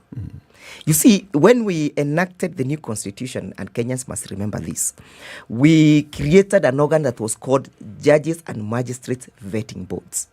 Yes. It was chaired by Justice Chad Rao. One of the grounds that a judge could have been disqualified to hold the office of a judge was the question of temperaments. There are so many judges who lost their positions as judges because the committee evaluated their temperaments from their judgments. And they realized that the temperaments of this particular individual does not befit a person to hold the office of a judge. Okay. So if it was necessary to evaluate the temperaments of a judge then, why then should we come? And of course, the reason why we were doing that sit and latif is we wanted to reform the judiciary. We wanted to have sober men and women sitting at the bench, knowing that temperament will not form part and parcel of the judgment that you're going to deliver. You will not look at me as Ndegwa Njiro. I am a Kikuyu. I support Azimio. I do not support Azimio. I look at you and single out and then becomes emotional. A judge is supposed to divorce himself from the case. What we witnessed in the Supreme Court is that the judges were in the case. So you base that on the judgment that was delivered by the court. Yes. And the wordings of the judgment that was delivered by the and court. the language. And the language. Yes. Not on what they said with regards to the evidence that you produced before. You see the language that they adopted and the conduct of these judges. The argument biased them from detailing. By the time you're getting to the use of the word, this was a wild goose chase. Yes. This was hot air. It was after a build-up. Exactly. Evidence presented. What you must understand. Evidence subjected. What you must understand. Evidence examined. Questions asked. Yes. Cross-examination That happened. are perfect question. It was then established that, for example, you brought in an affidavit. This affidavit, before we even got to the end of the hearings, you had amended your own affidavit once, twice, thrice. And some of this was appearing perjurious. And the judges say, when an advocate, and in this particular, let's use, when Wanjiru, who has gone through court, who has come here before a chief justice and been admitted to the bar, and is a member of the bar, yes, goes ahead and advises their client to put on record information that is false, that lawyer ought to be questioned. Well, you see what happens in a court processes. Just like they would walk into a doctor's chamber, the doctor will even look at you from a distance and realize Latif is limping. So even before he puts you under the microscope and the test tubes processes for diagnosis, he has already realized that you are limping. He has formed an opinion that Latif City could be having a problem with one of his limb. The same does happen to the court. That even when during the presentation of the case, the judges forms an opinion from the presentation alone, and that's why you keep on saying that the demeanor of an individual will matter a lot. So you do not have to wait to the conclusion and to the delivery of the judgment to detect a judge who is being biased, and that is why sometimes in court we ask judges to disqualify themselves, to recuse themselves from the conduct, and that is from the conduct in which they're exhibiting themselves. Unfortunately, you cannot ask the Supreme Court in a case such as this one to recuse itself. So you spent the last about 10 minutes or so discussing the verdict of the Supreme Court. Yes. Is that what you were discussing in Kamukunji? No. Because yesterday in Kamukunji, you talked about you don't recognize this government because the process of election was illegitimate. It formed the part and parcel of our debate. And it is still forming the part and parcel of the struggle to reform this country and to get this country to the right course. Why? Because the Supreme Court is an apex court in this country. It must be able to breathe confidence to the people. Whether we lose the case or we win the case, I need to go out of that court feeling that justice has been served. That although I have lost, there was proper evaluation of the evidence, there was proper evaluation of the facts, and I have lost this case genuinely. Wakili, I hear you saying that all of this is... And you should have given me some mint. Okay, don't worry. Right. I hear you saying that this is all of this is composite. Yes. To say that what then came out of the Supreme Court took these things into consideration. The electoral process. Yes. The manner in which the judges delivered the ruling. And then also looking at whether those who went through the process were satisfied. Yes. Judicially or otherwise. Yes. So I hear you saying this is it is composite in nature, it's taking everything into consideration. Yes, it's an evaluation, yes. Understood. Yes. Now, what, and I think this is the thing, what would have been satisfactory, even if the result was the same? What would have been satisfactory? Remember what invited the Kamukunji aspect is the dossier. The dossier came from the servers that we had made an application for them to be allowed access. Okay. You see, if the Supreme Court was careful in the manner in which it handled this case and ordered for the access, unrestricted access of those servers, then we would not be where we are today. Because those facts would have been laid before the court, and the court would have had an opportunity to evaluate the veracity of the truthfulness or lack of it of those facts. But to the extent what server? Hold on. What was happening at what's that building? The IBC office called? Yes, they gave us anniversary tower. Anniversary tower. They gave restricted server. And even restricted access to the server. Restricted access. And why was it restricted? Did you ask that in court? There was a letter from the semantic or something. Smartmatic. Yes. Smartmatic. That company, which said that because of the security nature of the content of the documents that they were holding, they cannot give unrestricted access. Yeah. We now had to get somebody. This access that was granted. Yes. Did it show you this is how the information was getting into this server, and this is how the information was getting out of the server? It never gave the clear aspects of what we were looking at. So essentially, they compacted the servers. Do I hear you to be saying Yes. that they gave you access to what served their purpose? Absolutely. Absolutely. That's what you're saying. That's what case. you're saying. And we made out this case before the Supreme Court. And what does the And Supreme the Court have to say? Supreme Court did not give a clear directions as to whether we should have unrestricted You know, or restricted. there's a question that Ndu has asked. Yes. It's pertinent, I believe. Huh? So I am going to belabor the point. What could the Chief Justice have said? How could she have worded? Conclusion same. This election, forget about. I mean, this thing, it was okay as far as we are concerned. What could she have said? How could she have phrased this thing so that you, as a learned friend, would have felt, okay, I don't agree with the end result of this. But I'm going to accept But it. it's been presented in a way that I can at least,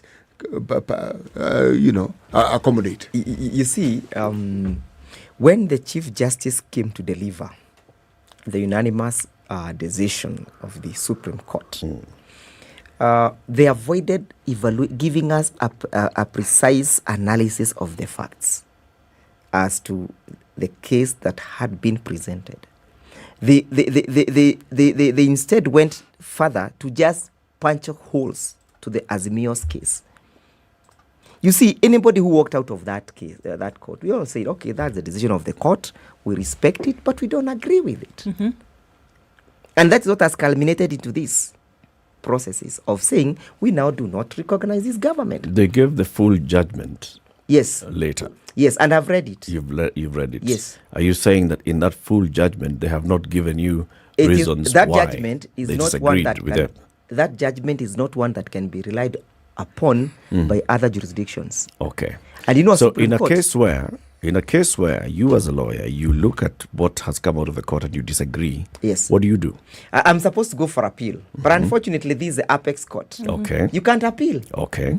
I don't have any other place to go to take my grievances. Okay. So what do you do? I go to Kamukunji And do what? and tell the people that, you see, guys, we Because believed. I disagree, You I know, will not recognize. We tell the people we believed in a process of a free, fair election and accountable one. We subjected ourselves to that process. At the conclusion of that process, the results that were declared, we did not agree with them. So we moved on to the next level where our contestation can be heard. We went to the Supreme Court. The Supreme Court behaved in this and this manner. Now, are you telling me, Latif, that in the event where all the institutions that you believed in could resolve the problem have failed to resolve that problem and have just compounded that problem, that Kenyans are left helpless? Okay, let me ask you. The Supreme Court is a creation of the Constitution. Correct. And you've said Article 3(2) of the Constitution Yes. is any attempt to establish a government otherwise than in compliance with this Constitution is unlawful. Is unlawful. Article 3(1) Yes. of the Constitution, every person has an obligation to respect, uphold, and defend this Constitution. Absolutely. Respecting, upholding, and defending the Constitution, Yes. does it stray far away from accepting and respecting decisions of institutions created by this Constitution? You see, that provision is it will depend on how you want to interpret. Oh, that we can now read this one. We cannot read this one in isolation. If you read this Let's Constitution, take a break. Yeah. You'll come. When it comes to that one, we have to read with others. Yes. But the one of forming a government, You just read it we alone. just read it alone. 27 minutes to 8. I didn't say that. This is Kenya's biggest conversation. Constitutional lawyer Ndegwa Njiro is here with us in the studio. He is Azimio Damu.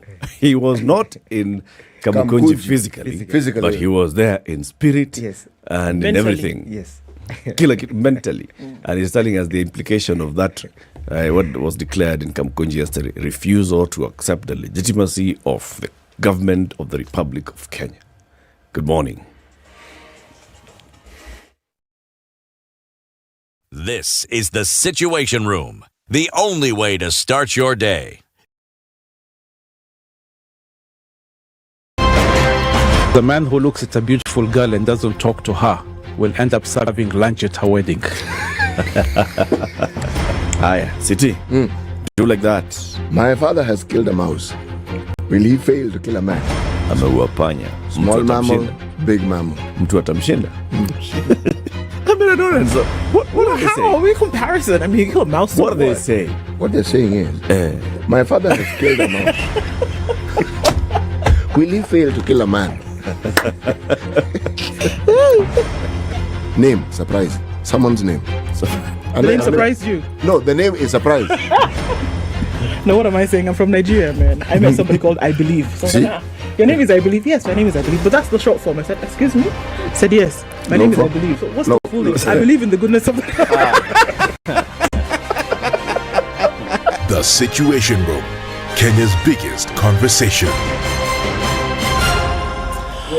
The sun is up in Nairobi at 16. We'll see highs of 26 today. And we'll see highs of 28 in Nakuru. Sunny conditions at 15. It's 11 and sunny in Nyeri. Highs of 26. And we'll see highs of 25. And lows of 11 in a sunny Eldoret. Mostly cloudy conditions at 25 in Mombasa. Going to highs of 32. And we'll see highs of 31 in a sunny Malindi at 27. It's sunny at 20 in Kampala. I beg your pardon. It's 19 and sunny in Kisumu. Highs of 30 and lows of 18. And Kakamega will see highs of 30 today and lows of 14. Mostly sunny conditions at 20 in Kampala. Highs of 26 and lows of 17. And looking into Dar es Salaam, it's mostly cloudy at 27. Highs of 31 and lows of 26. It's 15 and sunny in Johannesburg. Highs of 29. And it'll go to highs of 33 in a mostly clear Lagos. At 26. It's 26 and cloudy in Kinshasa. We'll see highs of 30 and lows of 22.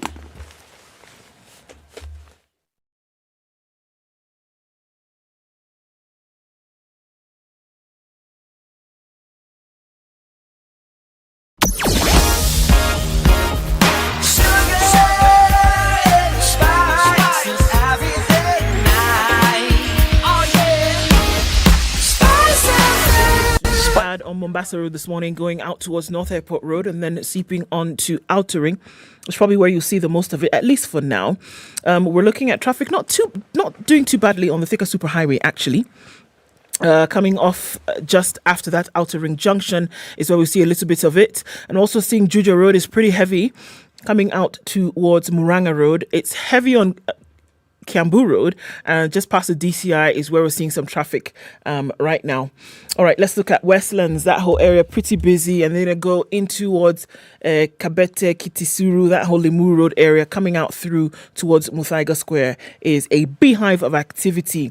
Landis is busy. It's coming off of Jogo Road and it's very heavy. Inbound traffic is doing the thing. And it's going to take you out towards Kamukunji, out onto Haile Selassie, and to connect with traffic that's coming off Ngong Road. So it's a busy morning into the CBD.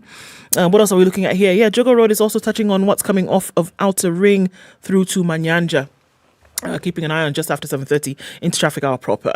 What's going on where you are? Keep it safe. Speak to us on SpiceFM KE on Twitter.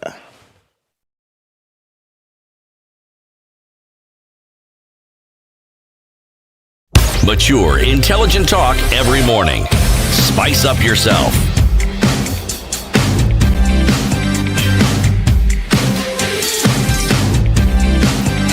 Mornings done right. 94.4 Spice FM, Nairobi. This is the Situation Room on Spice FM on KTN Home, online on YouTube and Facebook. Eric Latif Nduo Kositi Muga, and our guests, the lawyer Ndego Njiro, who is breathing fire the same way. The headline in the Star says Raila was breathing fire. Yeah, it breathes fire, but Ruto unshaken. So Ndego, let's not go back into belaboring the point of we went to court. Let's okay. We go to Kamukunji. The latest thing now is you met in Kamukunji yesterday. Yes. And the leadership of Azimio said, we don't recognize the legitimacy of this government or any officers that have been appointed and put in office by this government. What does that mean? And then what? It means that, therefore, to the extent that the Kenya Kwanza government is in office, they are holding that office unlawfully and illegally. Their legitimacy has seriously been put into question by the revelation that they actually never won the election. There's a revelation. Yes, of course, from the IBC whistleblower. Watu wakupiga firimbi. Okay, let's look at this because obviously you are a legal expert. Yes. So tell us. But not only is he a legal expert, he's partisan. Yes, please hear my question. He's an Azimio. No, please hear my question. Yes. something of this nature has been revealed. Yes. That on the server there is particular information. Alleged. What is the process of the verification of this information? Public process, what would be that somebody can then say, okay, this information has been found. How do we legitimize this information that we can then know that it is truth against which many things can be held? Yes. How would you do that? Now, if for a minute, take your bias and set it aside. Yes. Looking at it from a legal point of view. When such information comes out into the public sphere, what are you meant to do with it? Through the process of verification, what must happen first? Because it could be me. It could be me saying that some guy sat with me. We were sat in a coffee shop somewhere and somebody told me, well, here's a server. Have a look at it. How can I verify it? You see that the tragedy we have in this country is that we have a policy that you alleged must prove. And that is a policy. But unfortunately, there are some instances where you allege the existence of a particular fact, but you're not the person who is in control of that information. Yes. As it is in this case for IBC. You see, IBC, then the burden, when we allege that there was voters rigging and the elections were not properly declared, then the burden shifts to IBC. Because they are the ones who have who are mandated constitutionally to provide and to guard that process. Now, when we suspect or when information comes out that there was Raila Amolo Odinga won the election, the burden shifts to the IBC to countermand that process. Which IBC, for which the chairman, for example, just the other day has said, thank you very much, goodbye Kenyans. Yes. For which there are 4 who are under the microscope right now, sitting at tribunal as we speak. You see. But countermand what? The IBC conducted the election. Yes. The IBC counted the votes, tallied the votes, declared a winner, and publicly announced and gazetted the result of the election. Yes. You want them to countermand something that has been said by an unknown human being. You see now, this unknown human being has brought something to the public. He has indicated that you guys are being ruled or governed by an illegitimate government, a government that did not garner the required threshold to govern us. Now, to that extent, IBC has the burden of telling us, no, whatever is being told by this whistleblower is hot air. Whatever is being told by this whistleblower is wild goose chase. Now, if they do not do this, if Marjan and IBC, the CEO Marjan of IBC is still in office. If Marjan released a statement today and said, any allegation out there is hot air. Yes. No, let's not even use the words hot air because now you'll start using the word hot air against him. Yes. Any allegation against there is untrue. Yes. And unfounded. Yes. Would you be okay? We cannot be okay. You know why? Because these are individuals whom we are saying that they gave us an illegitimate and illicit child. But the DNA has proved otherwise. You know, there's something that I think we're trying to say here, and trying to follow your thought and trying to follow the understanding of Azimio. And not just Azimio, Kenyans. Okay. Azimio. Because it is Azimio who have brought this thing to the fore. Yes. And it is them who are talking about it. But yesterday when we went to Kamukunji, we never issued invitation cards to any Azimio supporter. There were people of all walks and faults in Kamukunji. I'm not disputing that. So these are Kenyan cause. It's not an Azimio cause. Wananjiru, who is it who is speaking about the whistleblower? Is it not Azimio? Is a Kenyan, is a concerned Kenyan. He has not defined himself. Who? That Kenyan. No. Is a Kenyan who feels that he has the fidelity to the process. I don't have an issue with that. I am simply saying the matter we are discussing is a Kenyan matter. Has been brought to the fore by Azimio. It is them who have brought it to the fore. No, Bwana Kioni was here. Mheshimiwa Kioni was here. He's an Azimio person, if I may say so. Yes. He touched on it. He's a Kenyan. Raila Odinga was the Azimio presidential candidate. But a Kenyan. He has spoken of it. But brother. Okay, we can proceed on that presumption. We are all Kenyans here. Yes. Even Du is a Kenyan. Yes. Okay? Hey. Yes. We allow for dual citizenship. She's a Kenyan by marriage. We can proceed on that premises. So I am saying this. I'm not discounting what you're saying. Yes. I'm simply saying that everything I'm hearing so far does not have any weight of evidence that I would consider convincing beyond what I'm hearing being said. That's really what I'm saying. I hear what is being said, I hear it being repeated, but where's the evidence? Somebody has said, okay, they have said so. Do you know the whistleblower, Tego? A whistleblower is a protected person. All right. Do you know the whistleblower? Is protected person. Have you interrogated what the whistleblower is saying? I have looked at the dossier, and we are still analyzing that dossier. Oh, you have not yet conclusively analyzed. And you this had dossier. our leader saying yesterday that the dossier does just not entail the presidential results. It also entails other parliamentary and the governorship and all those other results. Okay. But Yes. you have not conclusively looked at that dossier and said, yes, we actually. No, to the limp that applies to the presidential candidate. What we are telling Kenyans is true. Gospel true. Anybody with other counter information should also table it for consideration. But actually, So if there was a whistleblower today who came out today and said William Ruto actually got 11 million votes. Yes. Then he will be. So his legitimacy will be restored. He will be legitimatizing our claim that yes, we might have established government in a manner that is not prescribed by this constitution. Okay. You know, Latif, everything that you have said supports a perspective and a view that Azimio has expressed. Yes. Since the time when the Supreme Court announced the results of the election in the manner that they did. Yes. Okay? Now, I am simply saying that in addition to what we have heard and what was said at the rally, if this document or this dossier is still being studied, then let us say it is still being studied and the evidence for the other electoral positions will even for what you are saying as an irregularity, the evidence will be provided at a later date. Because right now, as I listen, they are claims. They are claims. But just remember, Mr. William Ruto, before the release of this dossier, went public and said that is somebody who wanted to kill and to mutilate the life of the chairperson of the IBC. You see, to that extent, then you might want to ask yourself, even at that particular time when the chairperson of the IBC was declaring these elections, one, did he declare elections in favor of William Ruto, who had pledged to protect him?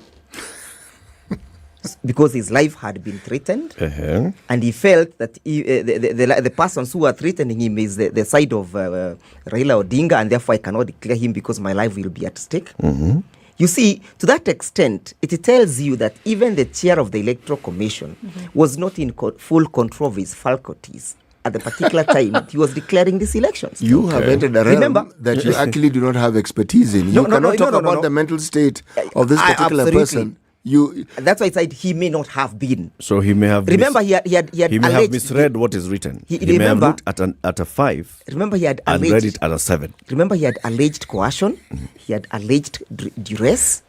He had alleged undue influence. But he has not come out to tell us whether he was the undue influence was only one-sided. Point well made. Okay. It could also have been that there was also undue influence from the other side to declare. Okay. Again. So to that extent, then it put the legitimacy of the results to question. If somebody comes and says, I have gone to Nakuru. Yes. Must I also say, but I was not going to Naivasha? you see the Electoral Commission, Latif, it must be like Caesar's wife. Beyond reproach. There should not be any suspicion that either you went to Naivasha or you did not pass through Naivasha on your way to Nakuru. To the extent that we are thinking that you even diverted on the frolic of your own and went to Maimahiu, then your route to Nakuru must be put into question. You went to Nakuru via Narok. Yes, or you can go to Nakuru via Narok. You see, they will say the end justifies the means. You know, Wakili, even as we have this conversation, we cannot run away from the reality that 7 or so odd million people in Kenya voted in a particular direction and then were obviously dissatisfied with the result. Yes. So when sentiments like this are expressed very loudly, we can't run away that a sliver of hope then comes back into the hearts and minds of the people who voted in a certain way. Yes. Now, the destruction or the damage that we do to those 7 million people, or those who may have supported another way, is to give them some kind of hope that may not be there. Yes. It cannot be that these things are being expressed on a whim. It cannot be that they're being expressed on emotion. Yes. Because then what happens to these people who invest everything about them towards this process? Yes. And then the question is, so then you say that according to how the feeling is from the Azimio side, that there's no recognition of the presidency as it is. So what? What will happen is that, one, if I may answer with the last, begin by answering the last question, is that the Constitution has given us a very, very clear path on how to resolve such kind of quagmires and stalemates. One, the Constitution has said that people will exercise their sovereignty, either directly or indirectly. Directly is where you have a set-up system. Indirectly is where you have a set-up system of elected leaders. If you have doubts in those leaders, then you exercise it directly. But don't you also forget that this Constitution has recognized international instruments. One of the international instruments that recognized under this Constitution is the ICCPR, International Conventions on Civil and Political Rights. It has recognized the UDHR, Universal Declaration of Human Rights. It has recognized the African Charter on Peoples and Human Rights and all those conventions under Article 2. One of those conventions, or those conventions I've mentioned, they recognize the right of the people to self-determination. It recognizes the right of the individuals to self-determination. When you see a convention... What does that mean? People to decide the form and the manner in which they want to be governed. Okay. Right? So create their own government. It is not defined, but they have to recognize it. It recognizes that rights. Does it include and by the your way, own government? Even the preamble to this constitution, and I may read the preamble to this constitution, it began by doing one very fundamental issue. Exercising our sovereign and inalienable right to determine the form of governance of our country and having participated in fully or in the process of making this constitution. Yes. So the preamble itself has given Kenyans the ability to recognize the form of the governance which they so choose. Yes. And they are saying that this government must be formed in accordance with this constitution. Yes. And there cannot be a government formed without a free, fair, transparent, accountable, and equitable elections. Okay. We agree. To the extent that those fundamental principles have then been waived, mutilated, and infringed and violated, then Kenyans must look at the constitution. And do we remain within the full? So undo what? I'm not finished. You may not answer that question. You may not ask me that question if you listen to my last part of my submission. Please go on. It may answer that question you're about to ask. Okay. You see, if you look into the constitution and you don't find the answer to the issue that is ailing the country, it calls for a conversation. Okay. It calls for a review of our thinking, a review of our political inclinations, and it invites the people to think. That is when then people have to think and make decisions, some of those political decisions that are outside the constitution. Like? For example, Kamukunji. In 2007, when we could not use the 1963 constitution to answer the challenges that we had, we went outside the constitution. By doing what? By forming the Grand Coalition. By doing what? By forming the National Accord, by formulating the National Accord Act. We had to do that political maneuver to have political convenience for the purposes of preserving the state. But remember, we had to come back to the Constitution and legitimize that process. We had to legitimize by amending the Constitution. Yes. So whatever else we did out there by shaking hands in the presence of Kofi Annan and Kikwete could only become effective after the amendment of the Constitution. Yes. So it was not unconstitutional. It was, you remember? Okay. So now at present, here we are presently, right? A section of the country says we don't recognize the government that's in place. Yes. So what next? Take us It through means that. that people will have to stop chest thumping.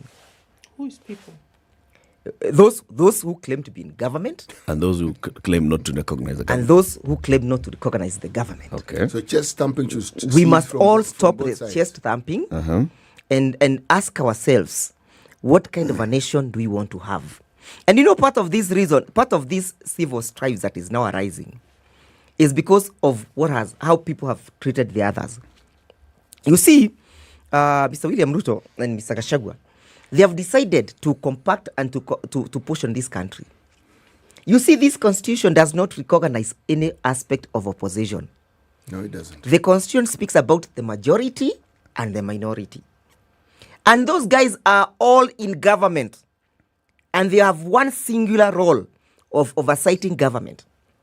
But what Mr. William Ruto has done, and what Mr. Gachagua has done, they have decided to look at those guys who are in minority as the opposition.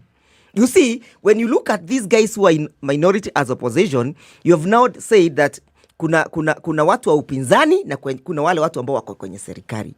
And that is why we abolished that form of government, because we realized that it creates much more division than unity. And that is why in Article 134... But I stop you there, Diego, because we only have about 4 minutes. Yes. Tell us, what next? What so next Raila is- does not recognize Ruto as the president, does not recognize this government is in office. So now, and this is next. not Raila.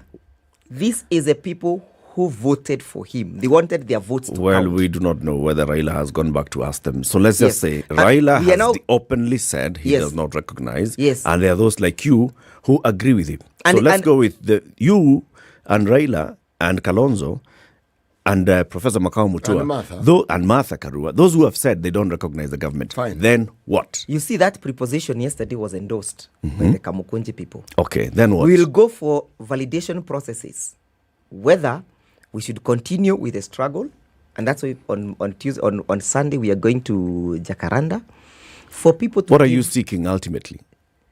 We are a new election? And what do you want? What's your goal? The Is course it- shall be defined as we move.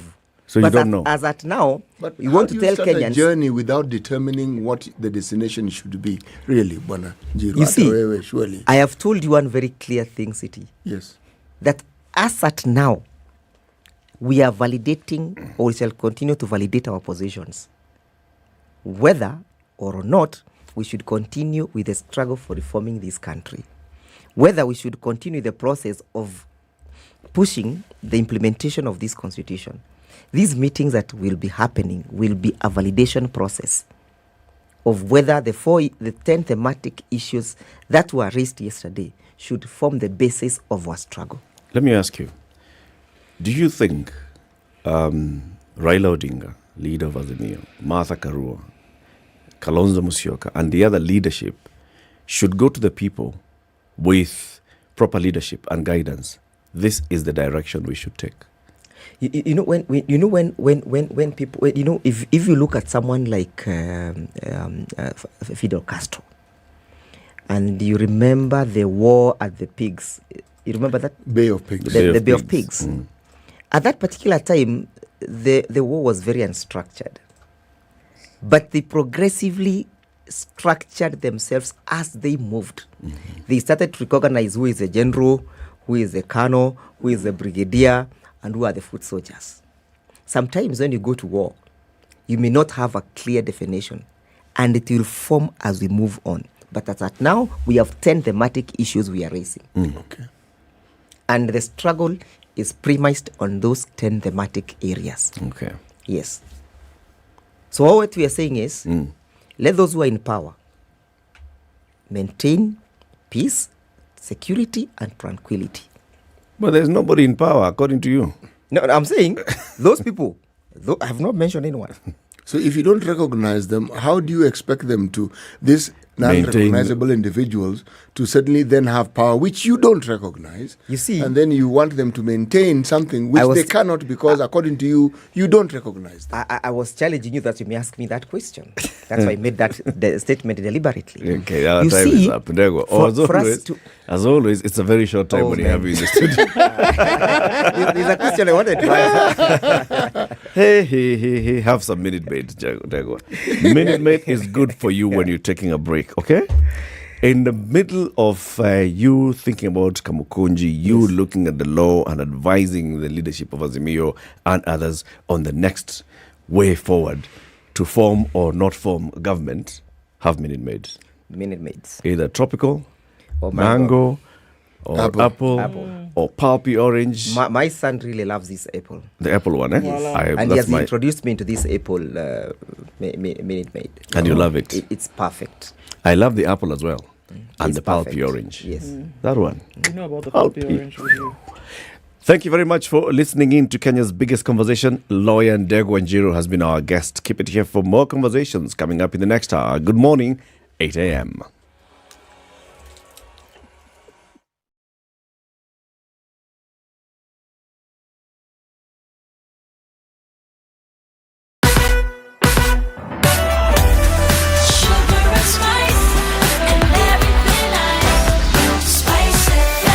Spice up your life.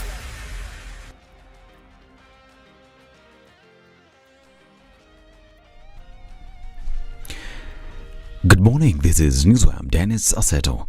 President William Ruto has left the country for a 3-day official visit to France and Senegal. According to SETO spokesperson Hussein Mohamed in Paris, President Ruto will meet with his host Emmanuel Macron, where they will discuss cooperation between the two countries. They will also discuss security and peace during the visit. The president will later travel to Senegal, where he will be the guest of honor at the Food and Welfare Conference for Africa. The conference has been organized by the Africa Development Bank, where African president will attend. Now, over 200 MPs walked out of an induction workshop in Mombasa to protest the delay in the release of the National Government Constituency Development Fund. The MPs were attending a 5-day induction workshop in Mombasa on their roles in carrying out their mandates as provided for under the standing orders. We are coming here to be given chips and sausages. I'm telling you, we have enough money for our sausages. We have enough money from our salaries to buy sausages and stay in good hotels. We have stopped this meeting officially, and we shall not go back to that hall for a meeting. The money we are spending here, let them add on what they have and let them disperse it as CDF. There's no need for us to enjoy taxpayers' money here, whereas the Kenyans who are our bosses, who elected us, are suffering there outside. Tunamwomba CS Treasury ya kwamba wewe ulisema ya kwamba utapatia constituencies bilioni 10 na ulikuwa upeane bilioni 2 kwa kila wiki 2. Na rais wetu amekuwa akisema kwamba tusaidie mambo ya elimu, na amekuwa kwa kipao mbele akitaja mambo ya elimu, lakini nashangaa kwamba ni nani huyu amekataa kutoa pesa hizo. Last November, Treasury Cabinet Secretary Professor Njuguna Ndung'u had promised the MPs that the National Treasury will be releasing 2 billion shillings every week to their constituencies. Now, the family of a 7-year-old boy who was killed by a self-propelled tea harvesting machine in Nyeri is now demanding compensation. Through lawyer Philip Langat, the family wants James Finlay Company to take full responsibility for the death. The incident happened on the 16th of this month. Langat has also accused the company of sneaking into the family to try and negotiate the amount to be paid contrary to the common practice.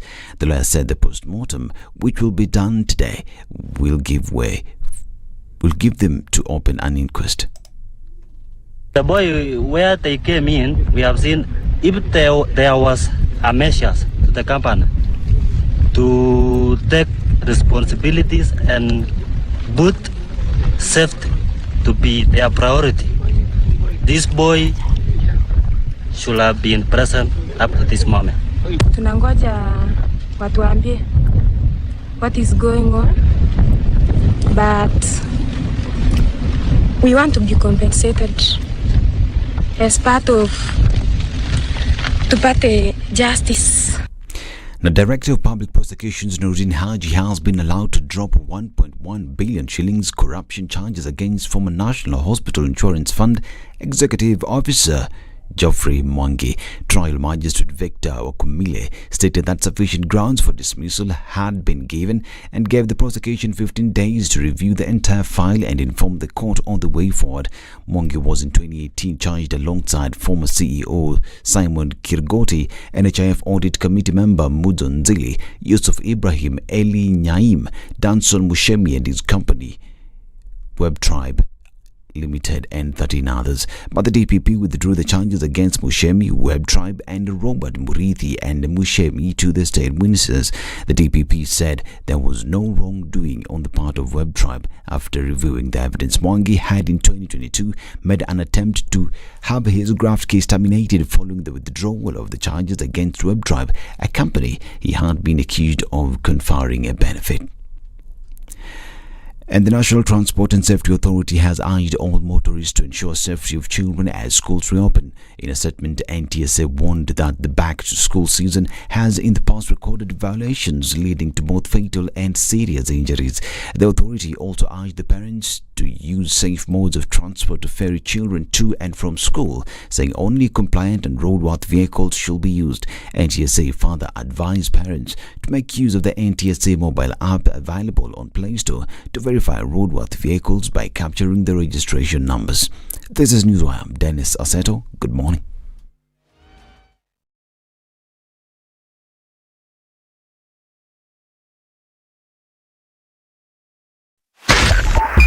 .5 SpiceFM, Kisumu. We're in traffic hour proper, and there's traffic coming off of Thika Superhighway, and we're looking at the thicket of traffic in Westlands. Coming in from the CBD in and outbound is quite heavy. We're also looking at traffic coming off Gong Road, and if we look at Mombasa Road now, coming off towards where is this? Cabanas, and then out to Imaradaima. It's pretty busy, and we're going to look at that for some time as you get towards the roundabout at Nyayo Stadium into the city. That's where we'll see the most of it. Your bypasses are looking pretty good. You might want to use them this morning to get away from the traffic that is on the major roads today. Outer Ring, touching on Manyanja and Juja Road, a little bit here and there, also continues.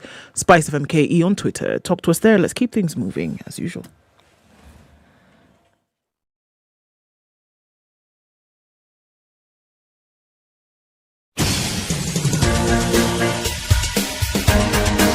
This is The Situation Room, the home of hard-hitting political commentary and penetrating insights about the state of the nation. This is a talk radio experience like no other. The Situation Room, a place for hard truths, debates, and elevated conversations. The Situation Room, witty, political, engaging, deep, controversial. In the room, we have C.T. Muga, researcher, academic, seasoned political observer, a fountain of wisdom in these politically uncertain times. Ndu Oko, Nigerian by birth, Kenyan by choice, communications expert, Pan-Africanist, a truth seeker and believer in people power, and Eric Latin, agent provocateur, the man in the chair, seasoned journalist, news hound, a man who believes in punching up, not down. This is The Situation Room. It's 7 the minutes only after way 8. We're on to the third hour of The Situation Room this morning. Happy Tuesday. It's the 24th day of 2023. We have a new guest in the studio for a new conversation. We want to talk about illicit trade in Kenya. Okay. Yeah, illicit trade in Kenya. And our guest is the CEO of the Kenya Association of Manufacturers, Anthony Mwangi. We welcome him the way we welcome our guests, CT. Yes, our proverb for the whole of this week comes from the country of Angola. Mm-hmm. It is the destiny of the donkey to carry a heavy burden. It is the destiny of the donkey to carry a heavy burden. Yes, if we're going to discuss illicit trade, there are consequences to it. Yeah. And I think the economic consequences, unfortunately, will fall on the already burdened shoulders of the donkey. Yes, who in this case is the Kenyan mwananchi. Yes. Basically, what I'm hearing is even if the donkey hires the best advocate, to go and talk about, this burden is too heavy. It's still your destiny to carry the thing. It's your destiny, man. Even if the donkey and all their ilk form a political party and even hold an election. And reject the legitimacy of the heavy burden. And even get a new constitution. Somehow, the very, very, very purpose of their lot will not seem to change. They will still be. It's like, that's why this proverb is pertinent. It looks like it's their destiny, and you're wondering, but must it be their destiny? Must it be, really? Can it be questioned? Yes. Anthony, good morning. Good morning, Eric. Welcome to Kenya's biggest conversation. Thank you very much. The hot seat of the Situation Room. That proverb, what's your interpretation of it? I think, the proverb manifests itself, every day. For the donkey, it doesn't have to be that way, because that heavy burden sometimes is the abuse of, animal rights. Perhaps it doesn't have to be that heavy. And for the subject of what you're talking about is that the citizens are the victims of illicit trade with heavy consequences on their public health and safety. Yeah. So that's why this conversation is extremely important for us to have. It's a big one. Yes. It's a big one. Anthony, you've been at the helm of Kenya Association of Manufacturers now since August. September. Right? September. Yes.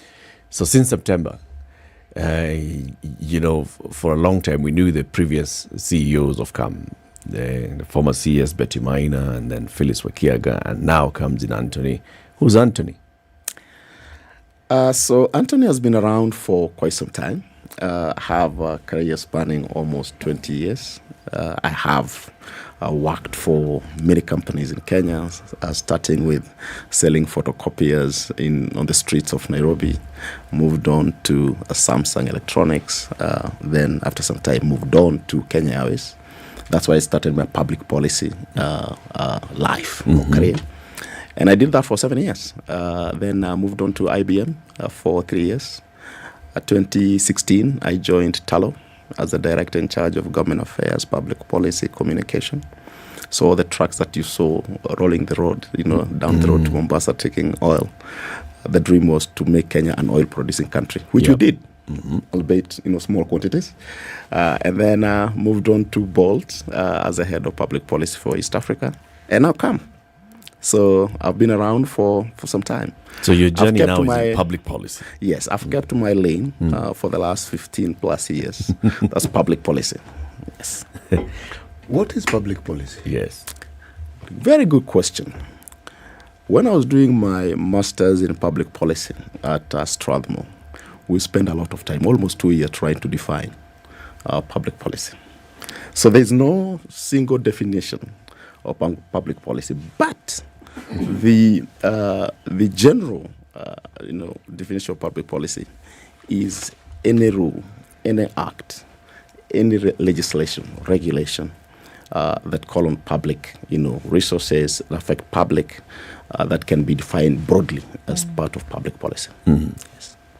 Now, the Kenya Association of Manufacturers is a business membership organization, brings in manufacturers from various sectors to come together into this one to be its industry voice, to be its advocate, to lobby for better policy and a better working environment and better markets and creation of markets. Okay. So the assumption here is the members of the Kenya Association of Manufacturers actually produce goods locally. Yes. Or they do value addition of goods locally. And then they take those goods to the market. Now, that is all, presumably, legitimate trade, governed by government, paying the regular taxes and all. What is then illicit trade? Illicit trade is very broad, right? And it is the trade that is prohibited, contravenes, circumvents the rules, the law, the taxation regimes, the border controls. So it is very wide, right? And there are quite a number of them. broadly speaking, illicit trade involves, counterfeiting, smuggling, sale of small arms and weapons. And I think also cattle rustling is part of illicit trade. And we need to look at illicit trade in that lens, because here you're dealing with stolen cattle, and here you're dealing with counterfeiting, you're dealing with intellectual property right, which is ostensibly supposed to be protected by the Constitution. Because if you look at Section 40 of the Constitution, protection of property rights, which is a basic function of any government. And then you go to subsection 5, where it specifically talks about protection of intellectual property rights in any form for Kenyans. So right from the Constitution and all the agencies that have been established to protect both property, physical property, and IP, that is intellectual property. And you look at Anti-Counterfeit, Act of 2008. You look at Anti-Counterfeit Authority. You look at Kenya Bureau of Standard. You look at KEFIS. You look at Animal Act, KWS. National Police Service. All those agencies are supposed to protect the property, which now we say includes the property right. Right? Has it been very successful? No, because illicit trade, and the biggest form of illicit trade in our perspectives is counterfeiting. This is where you deal with legitimate trademarks, and you use that either producing or transporting or repacking or selling without the authority of the IP owner. Right? Is as I said, it's the same as selling a cow that doesn't belong to you. I mean, and now is that a counterfeit cow? The trade itself is counterfeit. Okay. It's smuggling. So I mean, obviously, even as you define illicit trade, and it's bad stuff, right? So who's responsible? Whether domiciled or internationally, because oftentimes when we hear illicit trade, it's almost as though it has an international skew, that we have people crossing the borders and behaving in a manner untoward, right? But obviously, from your definitions, that can happen locally. This illicit trade can also be domiciled. Who then are the vanguards of the peace, as it were, when it comes to illicit trade?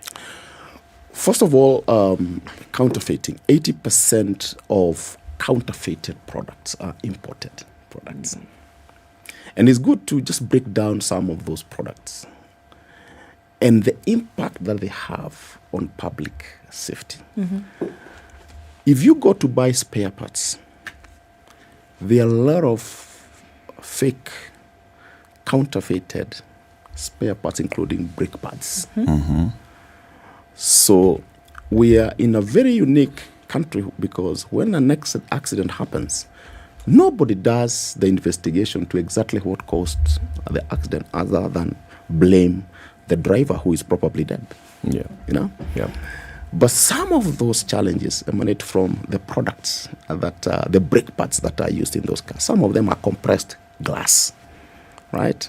You can actually, that brake pad you can chip off with your finger. The normal person on the street and repairing doesn't know whether that is fake. Look at pharmaceutical products, emergency pills, contraceptive pills, drugs, ARVs, high blood pressure drugs, all the drugs that are fast moving. And just to step back, counterfeited products are mostly targeted the fast moving consumer goods, including medicine. Now, if you have a population that is consuming fake medicine on some of these life-threatening ailments, the toll on the individuals and public health and the economy is enormous. You go to things like alcoholic drinks. People are consuming poison. Right. It's not the first time that you've had people dying in the country because of losing their eyesight. And those are the people who pay ultimate price. But there are so many people that are chipped off every day. Their lives are wasting away every day because they continue consuming these illicit, counterfeited alcoholic drinks. But then coming to your question, and there are many. The first to disabuse the notion that the people who conduct this trade are the people we know from political circles, being told that they are being affected by this trade. Illicit trade, the origin of these are transnational organized crimes and criminals, because no Kenyan has a production line to do fake medicine. And there's a very close nexus that exists, and OECD actually has mentioned, between the proceeds of illicit narcotics trade and funding counterfeiting of goods, because that's how you introduce that illicit gotten money into legitimate financial systems. In other words, cleaning money. Wash. Right.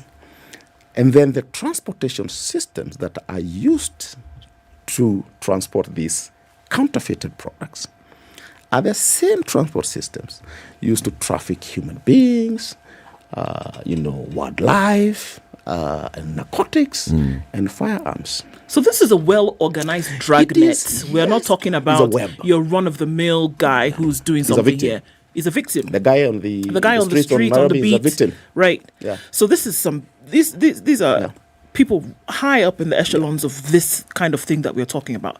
So then going back to that question in terms of then who's supposed to essentially round up the bad guys, it would then be a difficult thing, because that means that those who are running this thing are very, very powerful.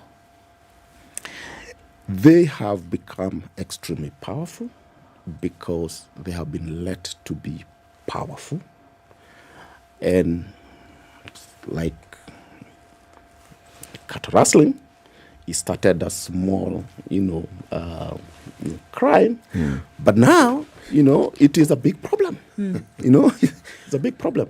I mean, if you look at the definition of a state, and you look at one of the definitions, actually, a monopoly of violence. Do you think that the Kenyan state has a monopoly of violence over cattle rustlers? It has sufficient ample opposition. You see, it has a strong opposition because you have to if you look at even the terrorism and what happened in Somalia, and you find that this, Al-Shabaab allowed to trade in charcoal, then they gain economic muscle, and they're then able to provide good opposition to the Kenyan nation state, and others. So this illicit trade also is a big, big problem. And if left unchecked, it must all start driving, I call it the bad driving out the good. But then you look at who, as you asked, who is supposed to fight this? As I mentioned before, there are many agencies, because these are constitutional issues, many agencies that actually are supposed to legitimately fight this. ACA, that is Anti-Counterfeit Authority, as the people who are created by the Anti-Counterfeit Act, but they're not alone. I mean, the National Police Service, KWS, fighting, trade in wildlife, goods. You look at KEBS. You look at all the agencies that operate at the port, at the airports, cafes, even plants and fauna and flora. So it's actually a galaxy of very institutions. There are institutions that should be doing this. Yes, and I think that is how the former regime created a multi-agency task force, so that then they can coordinate. Because the more they don't work in a coordinated manner, that's how the trade flourishes. Are these people known? Just like any organized crime.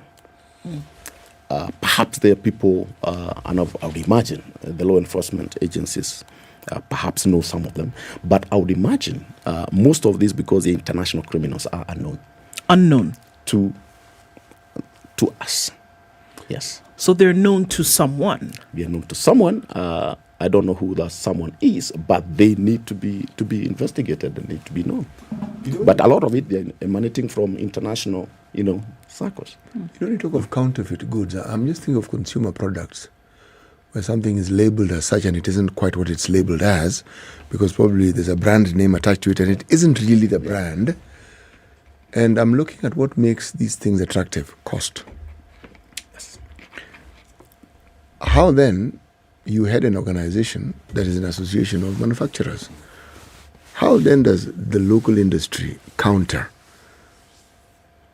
the infiltration of maybe the very, very same goods that they would supply locally, and yet what we're referring to as counterfeit will come in cheaper? It may not necessarily serve the purpose that they promise it will serve, but on the face of it, it is cheap. Like some of these things that come from the Far East. Cheap clothing, cheap shoes. The shoe will last you a week, but it is cheap. Cheap medicine. I mean, just to add on to that, CT, just a few, actually it's not even years. Last year, there was this whole hoo-ha about this new supposed herbal contraceptive that then had indications of you growing, whatever in the future. But it was cheap. Number one, it was cheap and it was readily available to women across the country. We're not just talking about Nairobi, who'd be able to get contraception for shillings. So there it is. It comes in. And then we'd seen studies afterward that, it's meeting a need. It's meeting a need, number one. Yes, and the need is meeting immediate. The cost, and it's an immediate need. It's cost effective. Nobody's giving any information to counter that it would work. Yes. But there's a challenge to that notion. They are not meeting the need. They are sold as goods to meet that need. If you take, for instance, I mean, not you, if Kenyans, why not me? I would imagine you'll be looking at and sometimes you cannot even differentiate between real and fake. Yes. So if you take fake medicine, it doesn't meet the need. It gives you a false hope. Yes. So it is a role of the state and government to protect the citizens. But you see, the need that we're talking about is not necessarily that it will meet the ultimate need. No. You are looking for medicine, you want to be healed. Right. It is filling a certain gap. One, accessibility. That it's here, it's available, it's accessible, because the others are not available and accessible. So it's in the market, it's where I need it to be. And if the others and number two, it is affordable. Yes. It's where I need it, it's within my reach and it's within my affordability. So it's meeting those two needs. Those two are also needs. You see, and if it's packaged, that it's going to address my ultimate need for why I'm looking for medicine, and I don't know any better, then that's what I'm going to go for. There's always the promise of what it seeks to do, but if you take the argument even to the human habitation, okay? If you look at some of the structures that people live in, and you look at the demands and the standards that are set by the UN as to what qualifies to be human habitation, even an animal that you keep that you don't particularly like should not be allowed to live in some of those structures. And yet, we claim that it is habitation, and people even pay rent to live in some of those things. Again, it meets the need. These people are victims. Yes. And it's not universal that everybody has to live like that. True. It's because of the failure of successful governments to lift people out of poverty. People don't need to live in the way we live. People don't need to take substandard goods, because a lot of majority of the counterfeited goods are substandard goods. Take an example of things like diapers, and imported and they're worn by children, and then they ban the children, I mean, yes, you can say it meets because of cost, but this is just people taking advantage of the situation. And that's why we're saying that it needs to be controlled, it needs to be eliminated, because it chips away and continues to position itself as a legitimate product, but it's not, So in the long run is that you're going to have a big challenge in future. If you, for instance, you're dealing with maize that has full of aflatoxin, Would you say it's meeting the need? It's meeting the need for that day, but what that happens a few years down the line? I mean, we remember Dr. Mangeli, late Mangeli, telling us that you're going to have a big problem in future because of consumption of these illicit things. So it is the responsibility of the state and the government to protect the citizen and raise their living standard. I think of that citizen. There's a question I want to follow up because City had asked you, as the Kenya Association of Manufacturers, what is it that is hindering your members from meeting this need that this person is going for? They are comparing very many things. One, they are comparing, is this cup available in my locality? No, it isn't. Is the fake one available? Yes, it is. So why is it the original one available? Is this one cheaper than the original one? The fake one is cheaper. All those things. What are the factors that hinder the manufacturers from being able to provide this? So, first of all, the reason it's being counterfeited is because it is moving. Yes. They don't counterfeit anything they don't invent anything new. They go to the market and see what is being sold. And then I'll give you an example. Bottle of water. Yeah. If you look at the cost of the bottle of water, the cost of the bottle, you look at the cost of this label, you look at the cost of the excise, you look at the cost of compliance to cabs, all those costs will go to the cost of the bottle of water. Yes. And because you're a legitimate manufacturer and you're following the rules, you'll incorporate all that. But there's somebody who goes to the kitchen, fills this bottle of water, right? Just looks for the label, put the label as a legitimate manufacturer. But this water has not gone through any process, no licensing, no taxation. Excise stamp alone per liter is 6 shillings and 40 cents. And you go to the market and find that water being sold at 10 bob. So how can you, as a legitimate manufacturer who is paying taxes, and following the rules, compete such a product? That goes for any other product. First of all, manufacturing in this country is such a big challenge, and it's only that people push themselves. Otherwise, if there was an alternative, I don't think people will do that because it's actually difficult for you to manufacture, for you to comply. With all these rules. It takes an average Kenyan who wants to follow the law 2 years to set up behind the, a water bottling company. It'll take 2 years. 2 years. And you already have My water family off has the done ground. that. 2 years. It took us 2 years.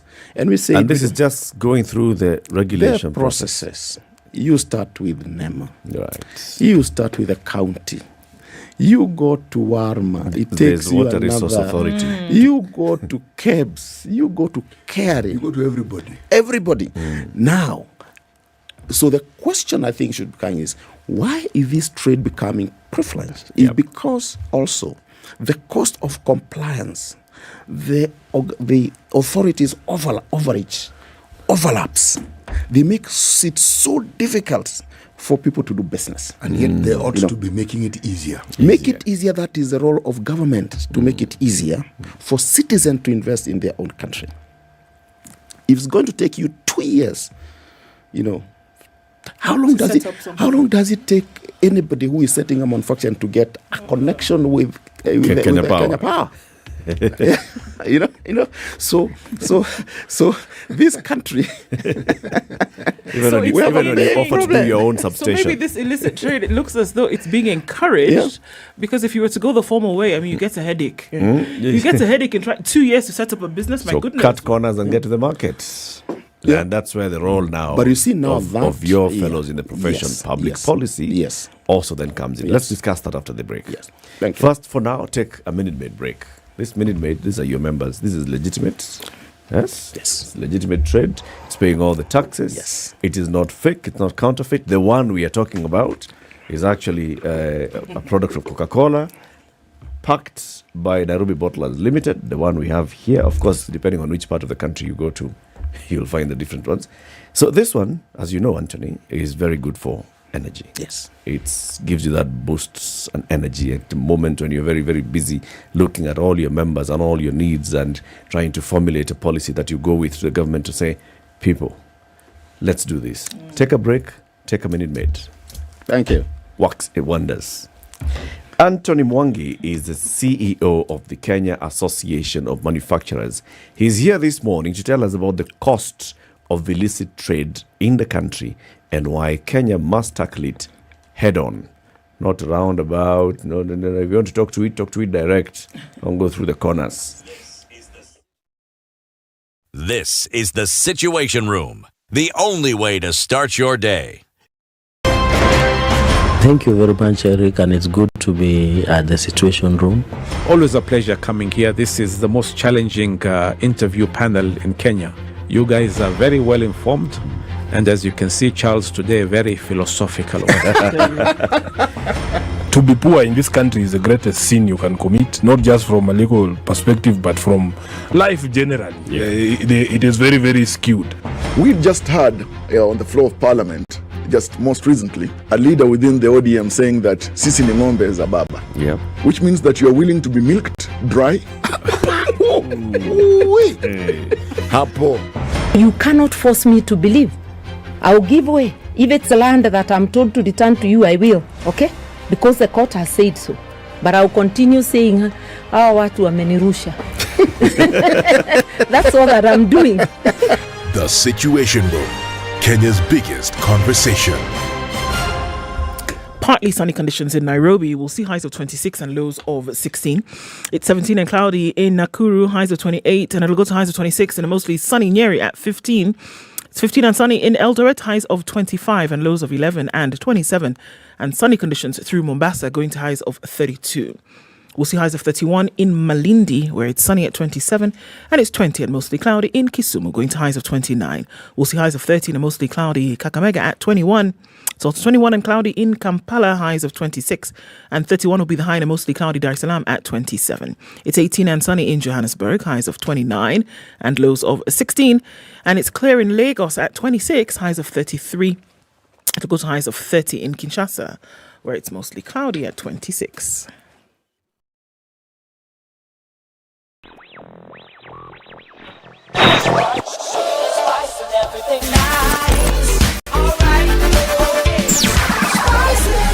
Spice up your life. All right, the network of traffic is right in the CBD this morning. Let's look at what's coming off Thika Superhighway. Not so bad. Kiambu Road, on the other hand, is bumper to bumper and another bumper. Happy hour, they say, is a scam on Kiambu Road. My goodness, you're not going to get anywhere in a hurry. We're also seeing traffic that is building up on the Thika Superhighway, bumper to bumper. Service lanes, folks, that's what you need to use this morning. And Limuru Road via so folks are saying get onto the northern bypass. There's an option for you to use this morning. Limuru Road via Waiyaki Way or Kenyatta Avenue, depending on which way you work. Thank us later, folks. Use that as an option. SpiceFM KE on Twitter. Give us some more suggestions about how folks can get it moving this morning.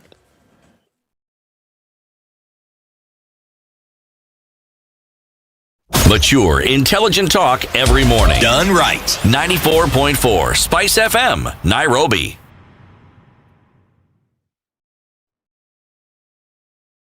Mature, intelligent talk every morning. Spice up yourself.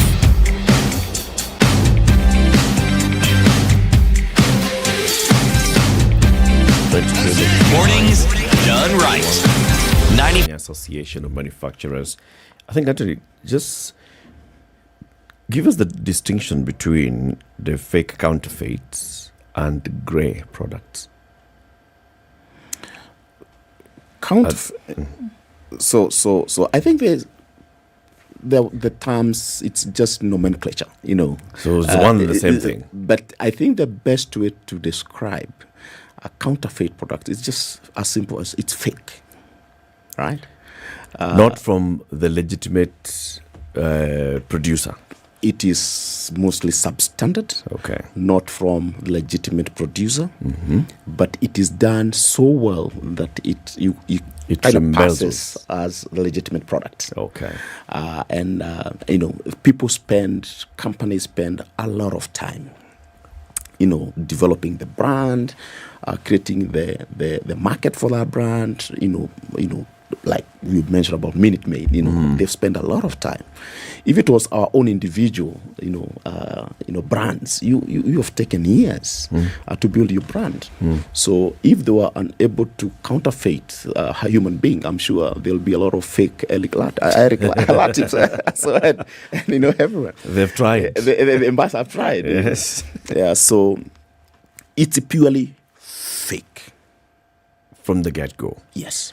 And you say that there's a lot of, from where you come from as manufacturers, you feel that sometimes government policy actually abates counterfeits and works to the disadvantage of the genuine manufacturer because of the entire cost of compliance. Yes.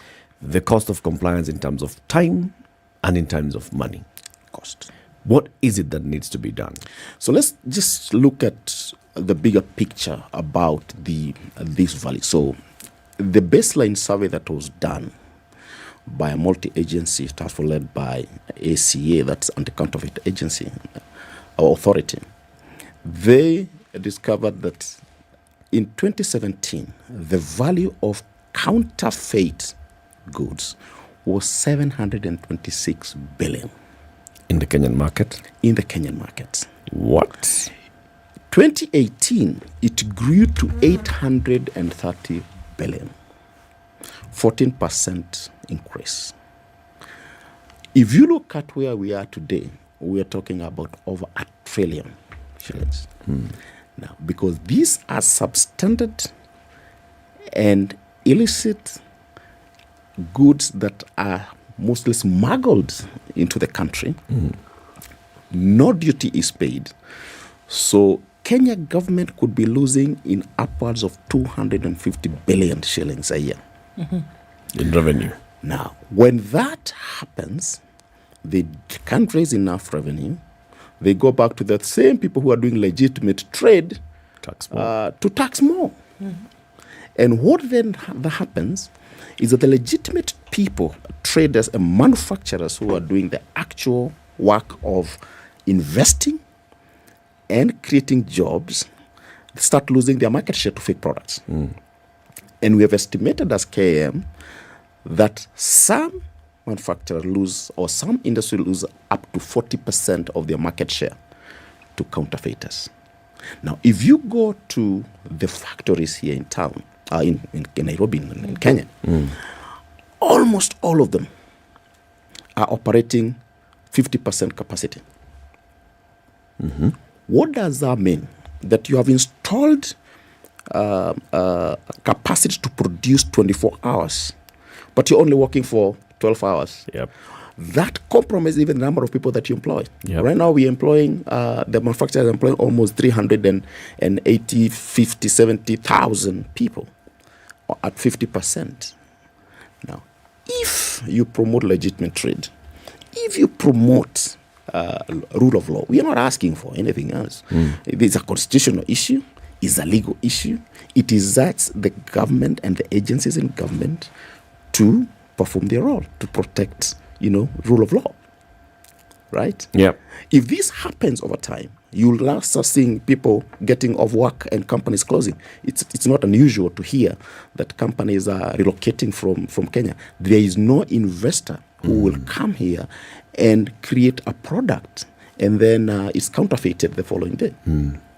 If you look at the copyright, what we call piracy, and I think musicians have been able to, because you're the same thing, we are talking about IP, they are talking about copyright.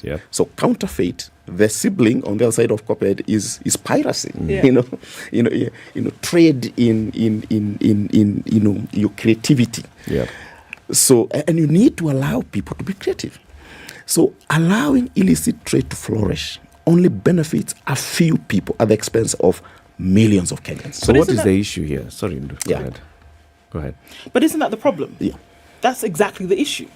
And it's not minded that a few people actually are benefiting from this at the expense of millions of people. But that's the point.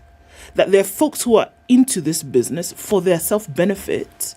It doesn't matter that there are other people who face, the consequences of, ingesting or buying or using these products.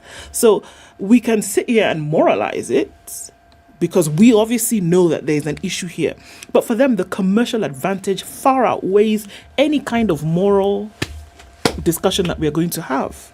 And isn't that just it? How then do we go about convincing such beyond aside prosecution?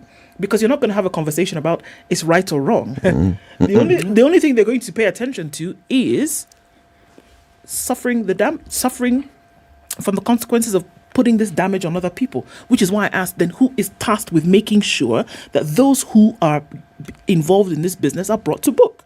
Because it's criminal. It's criminal. You cannot tell me that you manufacture a product which, after years of use by another individual, is going to cause them some kind of harm or death, for example. And then this person should continue to share the same space and air as everybody else. I mean, that's the only language for me that they would understand. Air should be snuffed out. Huh? Yeah. Because we can't have a conversation, actually what you're doing is wrong. We can see that you're making trillions of dollars from it, but can we have a conversation about how you can stop? At least you're hiring some people. Yeah, that's not the language that they will understand because it's commercial for them completely. Yeah. So for me, it is about tightening the screws around prosecution. Yes. I hear something different though. Yeah. We have all these agencies that have been created and they're doing their work.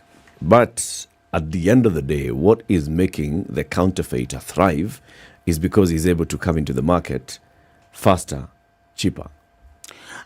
I think one of the ways of doing it. It's not. If the government looked at its own regime, first of all, ease of doing business.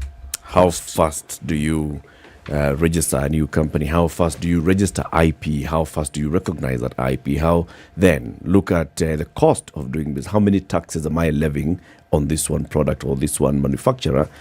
Even the tax of just transporting goods from the manufacturing plant to the market, as long as you're crossing one county into another, you're paying. Yep. As long as you're crossing from one county to another, you're paying for just branding your vehicle. And branding your vehicle is helping you to get your market share. If the government then looked at all those things and said, I'm going to make it easier for Anthony to be able to package water and sell, then at least you have a leg up in countering the counterfeit. And then out also gives the anti-counterfeit authority, the NEMA, the whatever, all these other agencies, the multi-agency, better work of dealing with the counterfeiters. Yep. As they say, you cannot eliminate crime. Okay? Crime and society are intertwined. The only thing that you do is to minimize the opportunity. So, and one way, as you've described, it is make it easier for people to do business, legitimate business. Ease and cost of doing business in this country is extremely high. Right? So it's a contributing factor. But be it as it may, you do not leave it there because there are also agencies that recognize there could be shortcomings in how you ease and cost of doing business, which needs to be reformed actually, like yesterday. But then if that happens, you still have to look at how to enforce the rule of law. Okay. You have to go to a marketplace and you just tell people, these are the rules. You play by them, everybody. But now you have individuals. And you see, crime is very interesting. And look at narcotics. I mean, look at states like, Mexico and other places that allowed some of these things to thrive. It got to a point where you subvert completely the rule of law. Yeah. And those criminals were able to face the military in broad day, war on the streets of Mexico. So it is very easy for someone who is doing illegitimate business to infiltrate the law enforcement, to infiltrate the systems that are supposed to, create order, and also, in fact, even plant people within Look at the port of Mombasa. Have you ever asked yourselves why goods have to come through Eldoret and come to Nairobi? You know, the picture you paint of Mexico is a daunting one. Many Latin American countries have that same problem. But our situation is different in this sense. See, we're talking about criminals infiltrating systems. Here, everybody seems to be colluding. Because the very forces that are supposed to fight the criminals are criminals. Okay? The very people who are supposed to oversight these things are criminals. That's the problem. The very people in government who are supposed to ensure that there's protection are criminals. Because we have legitimized and we have said it is okay for people to appear from absolutely nowhere and suddenly become rich overnight. And it is okay. So, even when we talk about this enterprise, a country like ours grapples with something quite different, because this thing, it isn't a question of a habit that we've acquired. This thing is in our bloodstream now. It's something we've mainstreamed it, we've considered it normal, and so even when you talk legitimate, see, at the end of the day, a business person wants to make money, but what they forget is an institution such as the one you had also produce value. Because if the intentions were serious, in my opinion, everything that the Kenyan government could do to ensure they protect their manufacturers so that they can grow would be done. I do not see that being done. Because if they did that, then the Kenyan product, whatever your members produce, would compete favorably. Globally. Yes. And the economy that we're talking about would actually grow, but it doesn't. Now, that is now the quagmire we find ourselves in. Because it is either we grow legitimate business by being globally competitive. And we have many opportunities. If I just showed you, and we've done this mapping of other sectors, and we looked at the opportunity, we can actually grow this country. But then we have all these headwinds and all these challenges of the costs, ease, and illicit trade. So the business that's supposed to grow a manufacturing base, start small as an SME, grow to a big company, grow Pan-Africa, East Africa, Pan-Africa, and also perhaps go internationally, they cannot thrive.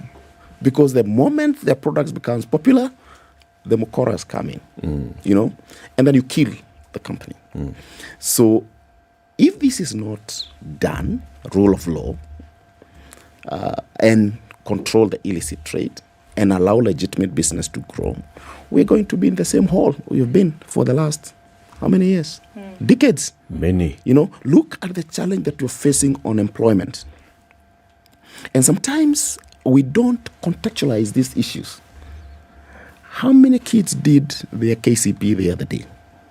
How many did their KCSE? Every year, we have millions of Kenyans joining the job market. Whether they drop off at class 1 or grade 2 or class 8, they're joining the job market. University. Now, if you go back 10 years and assume 10 million people have joined the job market, but how many jobs are being generated? The illicit trade is almost 10% of the GDP.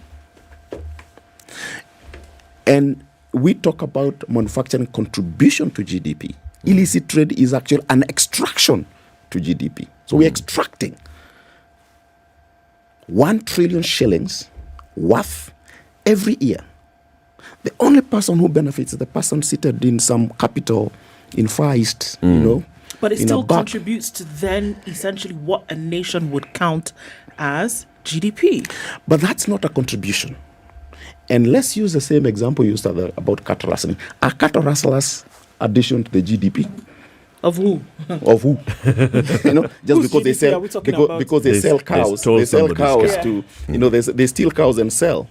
But do they contribute or they extract? Because the people who are actually The people who've produced the animal up to that level. So, because this is the thing that we're saying essentially, that a nation could actually do better. If we're talking about a trillion shillings that has been extracted due to illicit trade, apply 1 trillion shillings, for example, to Kenya's economy today. And what would you then be able to? And I think that is the lens through which we ought to be looking at this thing. That oftentimes you say, okay, until you look at the demerits of something, you will not know how it is affecting you. Or if you look at the merits of actually having this thing, imagine 1 trillion shillings being pumped into Kenya today and what you would then be able to achieve. Is that not enough in terms of impetus to get those who are responsible for streamlining these things to say, okay, guys, let's get this thing moving and see how we can shut down these taps? And that's why our work as Kenya Association of Manufacturers, we advocate for this, and we continue advocating for. I mean, we have limited, tools to really deal with it. We only advocate for the law enforcement agencies, and it's not necessary for us. Yeah. It's actually for the citizens of the country. It's for the entire country and the entire economy. If we cannot be a producing country and resort everybody go back to trading, we're not producing anything. How many people are going to really... What is the future of the country that does not produce only trades on itself? Actually, that roadmap is a clear one, because every nation we refer to as developed, it's through industry that they got to where they actually got to it. It's not something that is a secret. And yet you will find that alongside that is the national pride that these countries have with that particular industry of theirs, because they themselves support that very industry. I look at a country like India or China, just given their populations, they don't really need to trade with other people outside their own country to actually make money. You have a ready market in your country. Organic. Yes, now we have a market as well. So our market, we have about 5,000 manufacturers for about 48, 51, 52 million people. We are now more, I'm swimming in a smaller pool called Kenya. We have opportunities across East Africa. We have opportunities across Africa. 1.2 billion people. Africa, and this is really sad, the intra-Africa trade is only 11%. Of? Intra-Africa trade. So essentially 89% of trade in Africa comes 89 comes from outside Africa. Right. Now, within East Africa, and we're one of the most organized, community, perhaps almost like EU. But our intra-East Africa trade is 18%. 19%. EU is within East Africa. Yeah. Within the 300 million market. Yes. Now, look at that in the context of, again, 1 trillion shillings that we're talking about illicit trade. Because illicit trade is the same thing happening in Uganda, Tanzania. Burundi, and Rwanda, you come on those things here, they go through Tanzania, they come back to Kenya.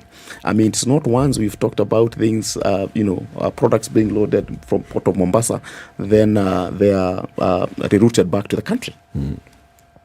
Contraband. Duty free. Yes. Contraband. Smuggling. So, economies that are based on this kind of weak system, they actually, the future is really, really bleak for us, because just imagine, where you've been, and if we continue on this trajectory for how long? It's like a cookie that will come to crack. So, Anthony, the people who are in charge of policy in government, there's an whole institution for policy. There are those who advise the government, there are those who make decisions in government, in cabinet policy. They understand these things. I mean, manufacturers and others have talked to government for very many years. There are those who've even sponsored their people to get into government. So why doesn't it change? The question. And it's a role for all of us. And we're not apportioning blame here. I mean, I know there are many good policymakers within the systems, but I continuously call it the bad driving out the good. If today you walk into a village meeting and tell people, the CEO, you can't get people jobs, from your village because you're looking at qualifications. You think you're going to be popular, in that conversation? You say, no, it has to be merits, You have to go to school. Yeah. You have to make sure that you're better than everybody else. You've got your earn your place. Your ethics have to be A1. That's not a very popular conversation. And that's what I call the bad driving out the good. And that's what is happening in Kenya. The moment you allow illicit trade, you continuously drive out the good. So even messaging. Yes. Even messaging. Yes. So for instance, if the Kenya Revenue Authority is clamping down on those who may be trying to evade tax in one way or the other, fake stamps and such, then that messaging is strong on the government is serious on fighting counterfeit. Now, if the KRA then backtracks on that, then the converse also happens. That, it's free market, bwana. Why am I making stamps when I can just be in the right political side? Yeah. So the argument, people say, other countries, develop by faking, But those countries, even if they develop, they faked in their own country. They had manufacturing of fake products in their soil. They were manufacturing. Yes. Our manufacturing is our fakes are external. Yeah, external. That's been fakes. I mean, so that argument is fronted a lot in public policy discourse. Yeah. And that is driving out the legitimate conversation of saying, yes, but you can see the effects today. You can see the effects today, even for those countries. Anthony, yes, we will invite you again. Thank you. Thank you for visiting us this morning. Come again and again. Let's keep talking about these matters and all we need to see our country develop. Thank you. Anthony Mwangi is the CEO of the Kenya Association of Manufacturers. He'll be here again and again and again. We'll invite him. Open invitation is open. Keep it here for more conversations. In the next hour, we talk to the Senator of Kisii County. Good morning, 9 a.m.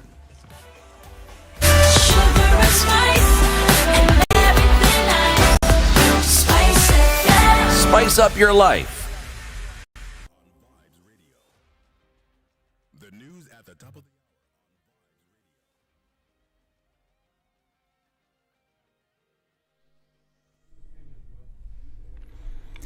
Good morning, this is Newswire. I'm Dennis Aseto. President William Ruto has left the country for a 3-day official visit to France and Senegal. According to State House spokesperson Hussein Mohamed, in Paris, President Ruto will meet his host Emmanuel Macron, where they will discuss cooperation between the two countries. They will also discuss security and peace during the visit. The president will later travel to Senegal, where he will be the guest of honor at the Food and Welfare Conference of Africa. The conference has been organized by the Africa Development Bank, where African presidents will be in attendance. Now, the National Transport and Safety Authority has urged all motorists to ensure safety of children as schools reopen. In a statement, NTSA warned that the back-to-school season has in the past recorded violations leading to both fatal and serious injuries. The authority also urged parents to use safe modes of transport to ferry children to and from school, saying only compliant and roadworthy vehicles should be used. NTSA further advised parents to make use of the NTSA mobile app available on Play Store to verify roadworthy vehicles by capturing the registration number. Now, 3 people were killed and 3 others injured after an attack by illegal miners at the Karebe mines near Kibigori, Nandi County.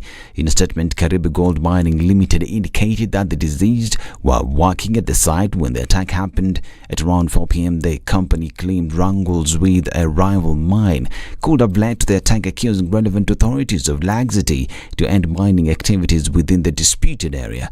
Karebe is licensed to operate in Kenya and has been in operation at Chamasi location in Chemelil Ward for the past 13 years. The company has, however, suffered setbacks in the last few years due to a land dispute between Karebe and the Nandi Chamasi Mining Company, with the area of interest being the Nandi Escarpment, which has a huge deposit of gold. Now, $2.5 billion. That's how much funding the UN World Health Organization will need across its operations this year to help a record number of people facing disease and starvation. In its appeal, the WHO said that a staggering 339 million people now need humanitarian assistance globally. Tedros Adhanom Ghebreyesus, the UN agency's Director General, urged donors to be generous and help WHO to save lives, prevent the spread of disease within and across borders, and support communities as they rebuild. Today, WHO staff are providing assistance in 54 health crises around the world, 11 of which are classified as Grade 3, WHO's highest level of emergency, requiring the most comprehensive response. Now, Airbase MCA Fuad Hussein has vowed to protect investors from unscrupulous people who want to hinder their efforts to develop the country. Fuad accused swindlers posing as Nairobi County government officials of colluding to rob the city's developers. He threatened to expose a more sophisticated system of con artists who have allegedly been demanding protection fees from members of the Somali community doing business in the country. His sentiments come after reports emerged that a ring of fraudsters in Nairobi conspired to extort him following his strong stance against corruption. In an intriguing twist, suspected fraudsters have threatened to blow up the internet by uploading a video where Fuad was reportedly captured intimidating a person who claims to work with the Nairobi County government. The video insinuates that Fuad threatened the unidentified man with sexual assault. People with knowledge of the situation, however, have dismissed the claims as baseless, insisting that the video was doctored by a scammer who wants to extort money from the MCA. The latest records obtained from the police show that the suspect has a case in court after allegedly defrauding a man 20,000 shillings. Now, the Kenya Association of Music Producers has said it will continue to resist attempts by sector regulator, the Kenya Copyright Board, which has been demanding for its members' data in return for a license. According to the association, Kekobo has continued to deny its annual license despite having complied with all its demands and having submitted all the necessary documents by October last year. Ndambuki adds that the board has received explicit instructions from its members during the Camp 2022 Special General Meeting not to give out their data to Kekobo or any other entity for that matter, which the association has since informed Kekobo, which has now doubled up on its illegal demands.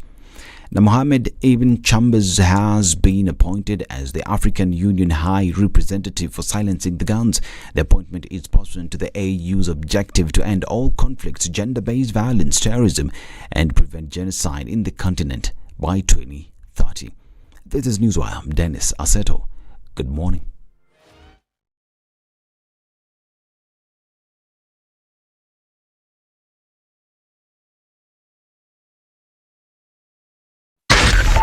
.4 Spice FM, Nairobi.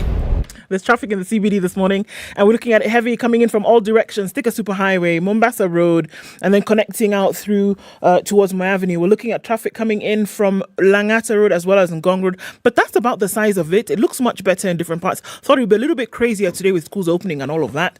But it looks like we've handled it pretty well. Well done. The service lanes are still up for use on the Thika Superhighway because there was a bit of a melee there, but that is being as the minutes tick by, that's being sorted out. So you can think about that. On Kiambu Road, also looking a little bit better. So there we go. Traffic hour was not so bad today. We keep an eye on things.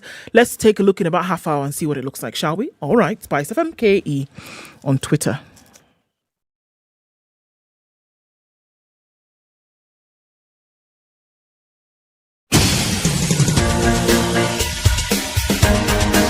This is The Situation Room, the home of hard-hitting political commentary and penetrating insights about the state of the nation. This is a talk radio experience like no other. The Situation Room, a place for hard truths, debates, and elevated conversations. The Situation Room, witty, political, engaging, deep, controversial. In the room, we have C.T. Muga, researcher, academic, seasoned political observer, a fountain of wisdom in these politically uncertain times. Ndu Oko, Nigerian by birth, Kenyan by choice, communications expert, Pan-Africanist, a truth seeker and believer in people power, and Eric Latif, agent provocateur, the man in the chair, seasoned journalist, news hound, a man who believes in punching up, not down.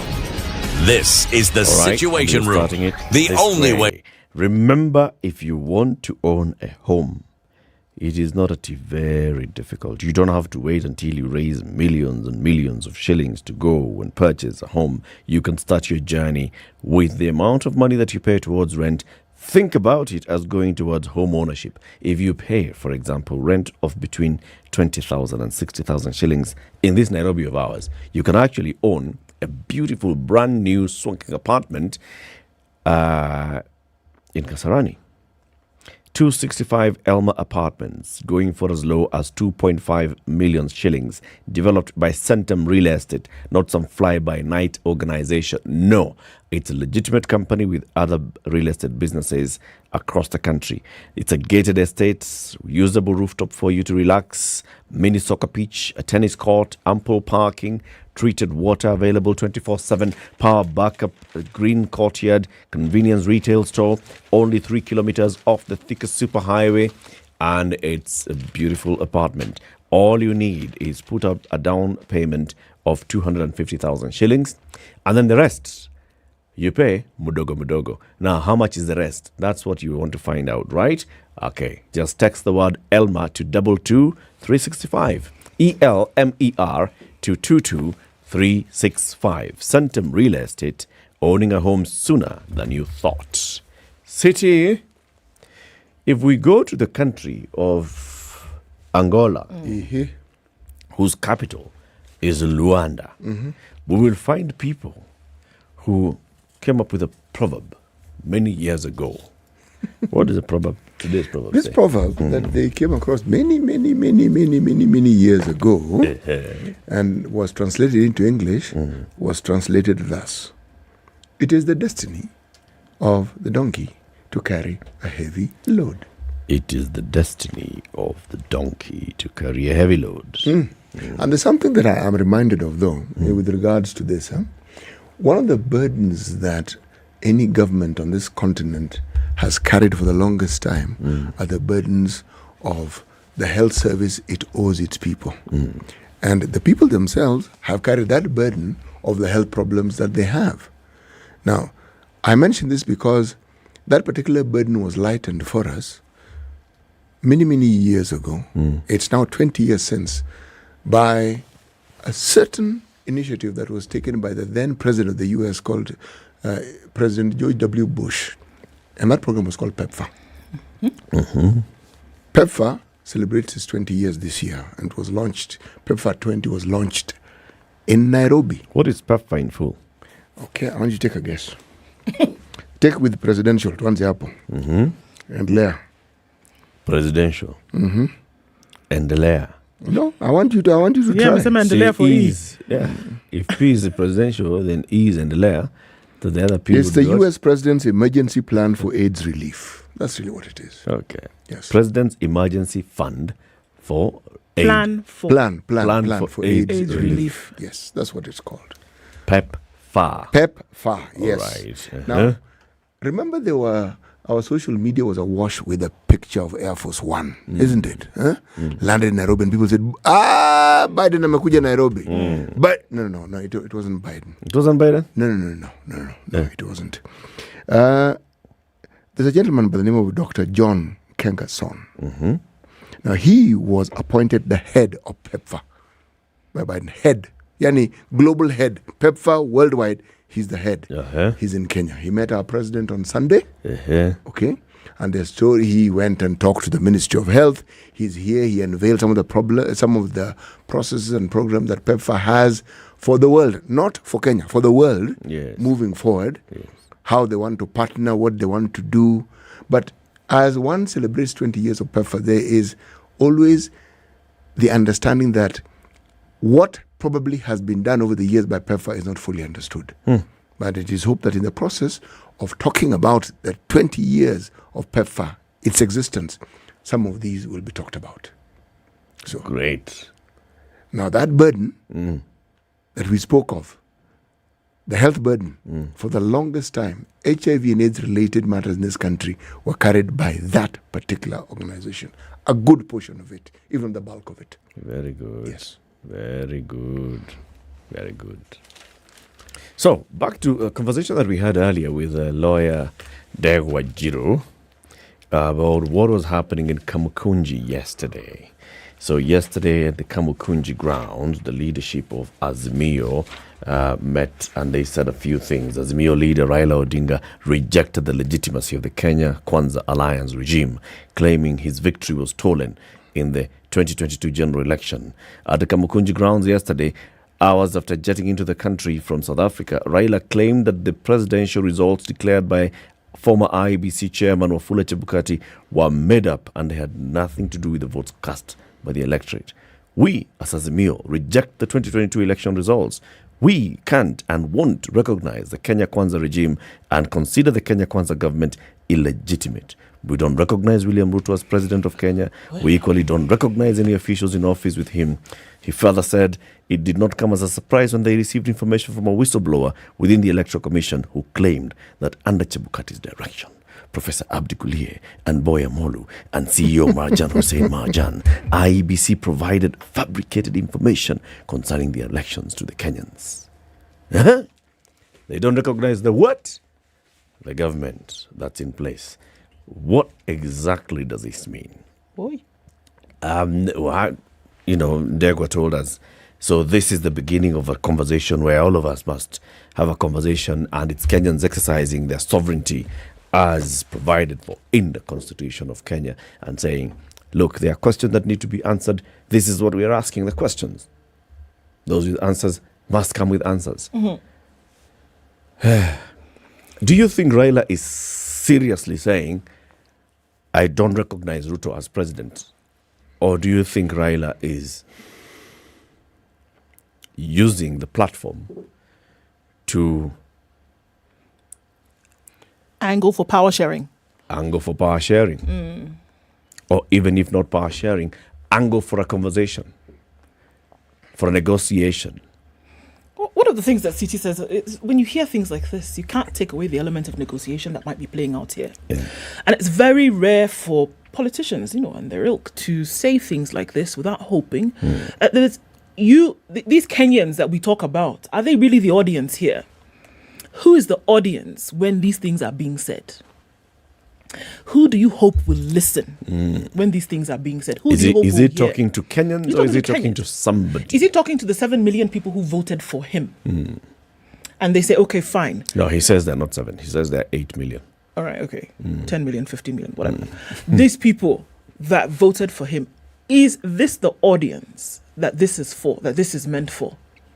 And will people, because now that you've said that you do not recognize this government, so in your eyes, this is an illegitimate government, which, by the way, let's not run away from Eric. You're well within your purview to say this. You can. You have rights to say that you do not recognize this. The question then is that what is then the consequent action? What happens after that? Are people then going to be snapped up into this whirlwind of whatever it is? What was that thing on Monday when there was traffic for hours? What was that? People, what you're going to say, resist certain products? What is going to happen thereafter? What's the next will thing? You snap up people into that again? I'm not really sure that I agree that you have a right to just get up today and decide I don't recognize the government. You can say whatever you want, can't you? You can say whatever you want. I don't think so. Can't you? Our lawyer read for us the Constitution, and that Constitution said that you have an obligation and a duty to obey the Constitution. And that Constitution gives you the right. Among other things, he said self-determination. Right. Gives you freedom of speech. No. It doesn't give you freedom of speech. It gives you freedom of speech, but also it tells you must there are limits. And one of those things, you must recognize the government in place. No, you don't have to. There's the point. You are not obligated to recognize it. Wait a minute. By following the Constitution, if the Constitution has created an institution called the police, and you wake up today and you say, I don't recognize the police. If the Constitution has created an institution called the judiciary and the courts, and you wake up and say, I don't recognize the court, so I sue you and I take you to court and you say, I'm not going to court, I don't recognize the court. Can you say you're within your right to... Yes. Not... Yes, you are. And you're also within your rights to face the consequences of that very law that you have determined you do not recognize. You see, it has consequences. That means that you do not have that right. Actually, you do. It's limited. Eric, the limitation of your rights doesn't mean the right doesn't exist. It just means that with every right you have, there has to be a balance, because the right is not for you alone. The right is for you, among other things, to survive and live in a community with other people harmoniously. So there's always that check and balance. But you're talking about the absolute context of the right. Yes, with consequences. Every right that we speak of has a counter to it. Every. Okay. Yes. So when that right is limited, yes, and you push beyond the limit, then you've broken the law. When is it beyond? At what point is it beyond? When you say you don't recognize. If you say, for example, I don't recognize the boundaries of this republic. Yes. Because you're a Kenyan, you don't recognize the boundaries of it. You don't recognize that Kisumu is in Kenya.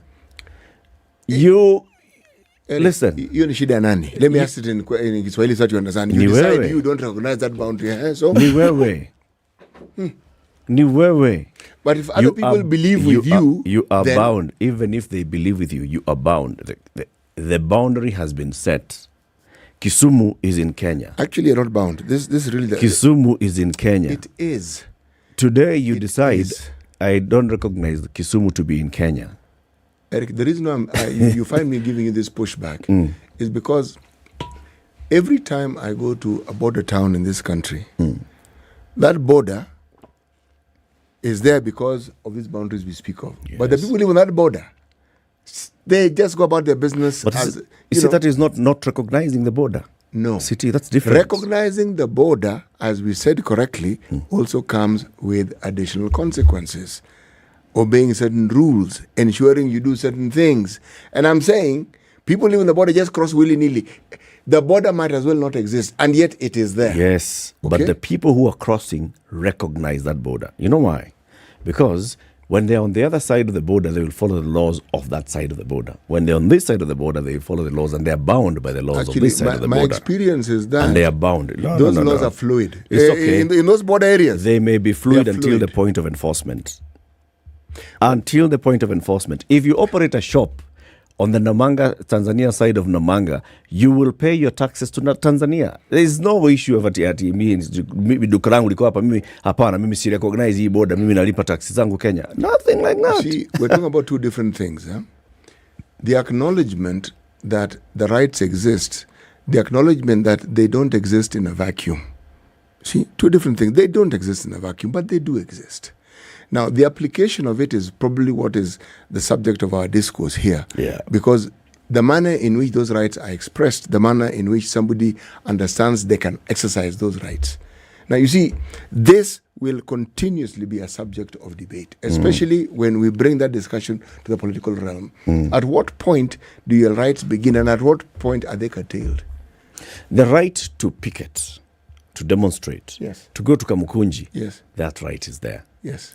The right to go there and say, look, we have certain grievances to be aired, and you air those grievances, that right is there. Okay? The right to come back and say we shall engage this way and the other, that right is there. I draw my line at that point. When now you say that I don't recognize Ruto as president, I don't recognize that there's a government in place, now that's where I start saying, boss. Must you?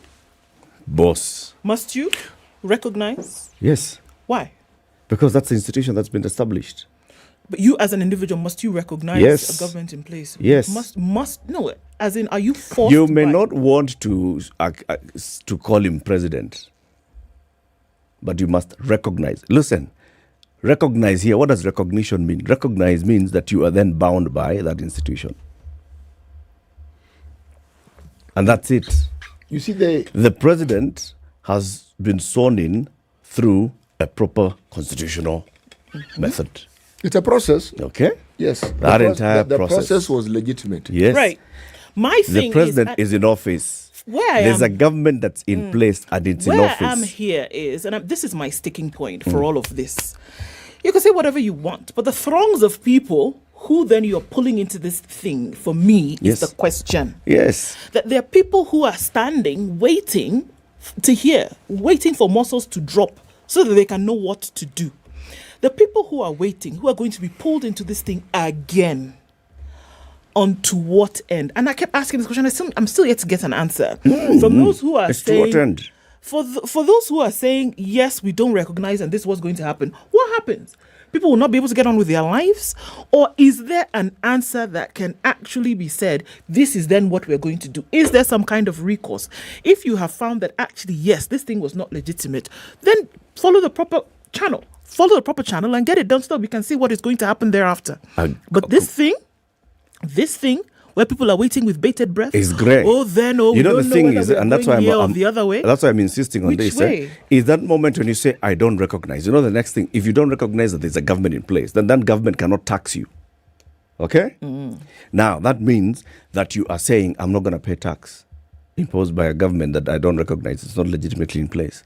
There's a police service. I don't recognize that police service because why? I mean, this Inspector General of Police was appointed by the hand of William Ruto as the appointing authority as the head of state. I don't recognize that hand that appointed any officer that's been appointed by William Ruto. So you don't recognize that there's an Inspector General of Police. You don't. What are you talking about? Let me. The implication of it is what I'm saying. That is you crossed that boundary.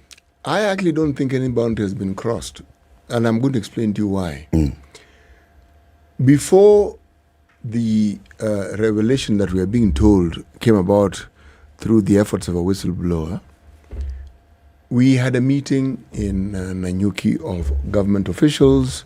We had a meeting that also included county governors. Yes. And around that same time, there was the issue. Are the Azimio governors going to attend that function? And I quote here, Raila Odinga himself said that, yes, it's constitutional. The governors must attend. It's a government meeting. It's constitutional. We must obey the constitution. He said that. It is not I. It is he who said it. Yeah. We had John Buddy in the studio and we asked, this matter of the president going to Homa Bay, then going to Siaya, are we saying it's a handshake? Are you supporting? He said, no. We acknowledge, I quote him, the president of the nation is visiting our region. Yes. Okay? And if we look at the process of maturity that our politics, this is how you treat the president of a nation. Okay. Here I paraphrase. Yes. Okay? Yes. So now, if the chairman of the party said that, yes, and now we hear the leader of the party saying something different, yes, for me, that would be the debate. So I will ask the question, what am I hearing exactly? What really am I hearing? Is Mbadi now supposed also to change his statements from what he had said? Because the leader of, if there was a Mount Kenya Safari Club 2 meeting, yes, called by the president this weekend, so is Raila telling his brigade, those that are in his party, the governors, do not attend such a meeting? Well, last week, but one, he had said, recognize the government in office, attend a meeting. I'm taking it even further. The president was inaugurated as a Luo elder. So do we rescind that? I mean, what exactly, okay, do we unelder him? I mean, dethrone. So what exactly are we hearing? I mean, that's the question I'm asking. See, even as we have this discussion about the rights and the problem that arose with the election, our elections always have a problem. Yes. Okay, in one way or the other. Okay. Now, if there's a beef about the election, and this is now my beef, and you have evidence, for heaven's sake, beyond the statement that somebody has decided to whistleblow, please show us the evidence so that we can also join you in understanding what you understand. Because right now, I actually don't understand it. Beyond being told that there was a whistleblower, that's it. Yep. Now, is that ample evidence? In my mind, oh, absolutely not. Just because someone said so. No. That is inadequate. Because as Ndu points out, what we're talking about are the consequences that lead to the sort of declarations that we now hear. If something is wrong, it should be pointed out. But it must be stated and must be seen. Yes, no. If the Supreme Court made a mistake, if the Supreme Court erred in their judgment, let us see what it is that amounts to that. Yes, they are the apex court, but they don't have a monopoly on the legal discourse in the country. They are first among equals in that judicial system, But if you're talking about legal minds in the country, people who've contributed significantly to the jurisprudence of it, we are awash with such people in the country. Let us hear and let us see that evidence. Then I will say, yes, now this I understand. I can see the premise of this. But if we are basing the foundation of this discussion on a whistleblower and what the whistleblower said, in my mind, that's inadequate. It's completely. So, Ndu, you're asking, who's the intended audience? Who's the audience of this? Who do you think? Oh, because look back in history. 10 years ago, this same thing happened, whereby recognition for the government of the day then was denied by this same leader, by Raila Odinga. What happened consequently was that there was the resist movement, and there was tear gas Monday, something, right? And then there were certain products that then were affiliated with government that you then were told not to purchase or whatever. Yeah. What did that end up in? Handshake. Now, if you want to look historically, was it the people, at the end of the day, the people who were said to be the supporters, waiting with bated breath as per what would happen now that we are being asked to follow you? Many would say, yes, you didn't invite anybody to Kamukunji, we understand. And they all came because they have their support. Because you have their support. But that is the question. Is it for them, actually, that you're doing this? Or is there a higher gallery that you're playing to? Is it for them? Because if it really was for them, you know what you would be insisting on right now? You would be insisting on validated reforms in the electoral process. You would be insisting on those things which the government of the day today actually said they were going to do once they came into government. You would be insisting on those things, not a denying of their position in government. If you really were bothered about the people who you say, right, voted for you, rule of law, etc., you would be insisting on sanitizing the electoral process. You would be insisting on some of these matters, because if the tables were turned today, and I keep asking that question to everybody who will come and sit in this chair, if the tables were turned today and Raila Odinga won and the opposite side of the coin were turned, would we be hearing the same things that we are hearing? From Raila or from Ruto? From Ruto. Would we be hearing the things we're hearing from Ruto, would we be hearing from Raila if he was president? They may be using different words, but he'd be saying the same thing. This is it. This is exactly it. So for whom is this game being played? Is it for those 8 million, 9 million, 15 million people? The political class. Because if it was for them, we would be hearing a different story. And that's what I'm saying. We must be very careful of those things that we're hearing. Intonated or not, be very, very careful. What are you hearing? For those who will make the mistake and start running about if they call for action here, ask yourself, at the end of the day, when you go back and sit in your house, the person who provided the meal for you to eat, who is it? You? Or the person who was standing on that podium? Or both. That's the question that you must ask today. What does this mean? What does it then deliver? If you are really looking at a country that is free electorally, looking at its processes, making sure that those things actually work and work right, and that you don't have a body in the pocket of whomever would be the ruling power of the day. They said they want. Vested in they that. said they want electoral reforms. And you're saying you're vested in that, then let us see our evidence of it. Not that we are not going to recognize the government of the day because they've said they want electoral reforms, and Eric, the electoral reforms must begin with a proper and full 100% audit of last year's election. Agree. You know what? And after we audit, identify what the mistakes were. Do you know what? And we sort it out. Do you know what? I actually agree with that. That there should be a full audit. Okay. You know why? And there should be a full audit. If you tell us today that a whistleblower came and blew the whistle and said, etc., show us. Because this fearless approach that you have towards this thing, that you can say you're not going to recognize a government, it's a fearless approach. It really is. The same should be applied to this information that you're telling us could actually topple this whole idea that somebody won the election. It's a fearless approach. You're going to say that somebody came and actually said, look at what the server... Tell us, what did they actually find? The authorities who are in this country today who deal with these things, bring it to them and say, look, we may not be able to overturn the Supreme Court ruling, but take it to another court and say, actually, you know what? On a separate note, this is actually what we have found. Do we hear that? No. The next action we hear is not recognizing? Who's going to use that information to help you in any way? They're going somewhere. They're going Where? into. We are looking at the evidence that has been produced by this whistleblower, and it is incontrovertible evidence, and that is why we want those servers to be opened. Fine. Okay. Fine. So you say the reason how, you see, people vote. How do we arrive at the conclusion that someone has won an election? Because the votes are counted, and the person who wins gets more votes than the other person. Yes. So we are told. Yes. And usually, if people have an issue with it, they go to court. Yes. In most instances, nobody goes to court. Yes. So that person ends up being what? The winner. Precisely. Now, that is evidentiary. Yeah. Everything that is being said, the need to bring about change. Yes, there's a huge need to bring about very many changes. But this story of changing the electoral system, man, this is a rather tired story. You know why? We keep having this debate about changing the electoral system. We've turned it, twisted it, we've turned it inside out. This group of people, and the one just before it, did not the politician or the political class have a say in who was there? They did. They did. Did not everybody had their say?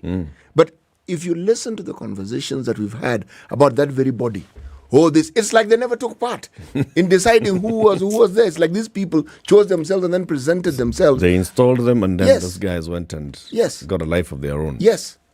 What purpose?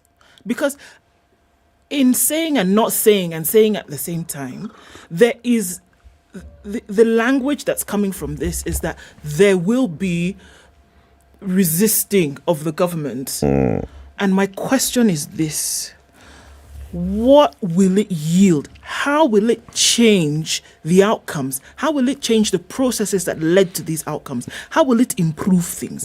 How will it actually make it better?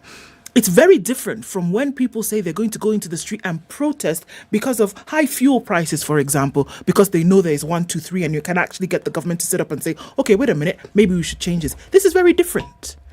When you ask people to go out and resist the government of the day, do you realize what you're doing? And are you sure of the end? You're not. It's just It has happened before. And what did we see? You know, people died. The history of these People resistances. died. Let's take a break, City. Yes. Take some Minute Maid. It's important. Get the vavavoom. VTC? Vavavoom. Vitusa. Thank you very much. Of the Minute Maid. Yeah, you're having the apple one, eh? The apple one is good. All right. And you're having the nectar.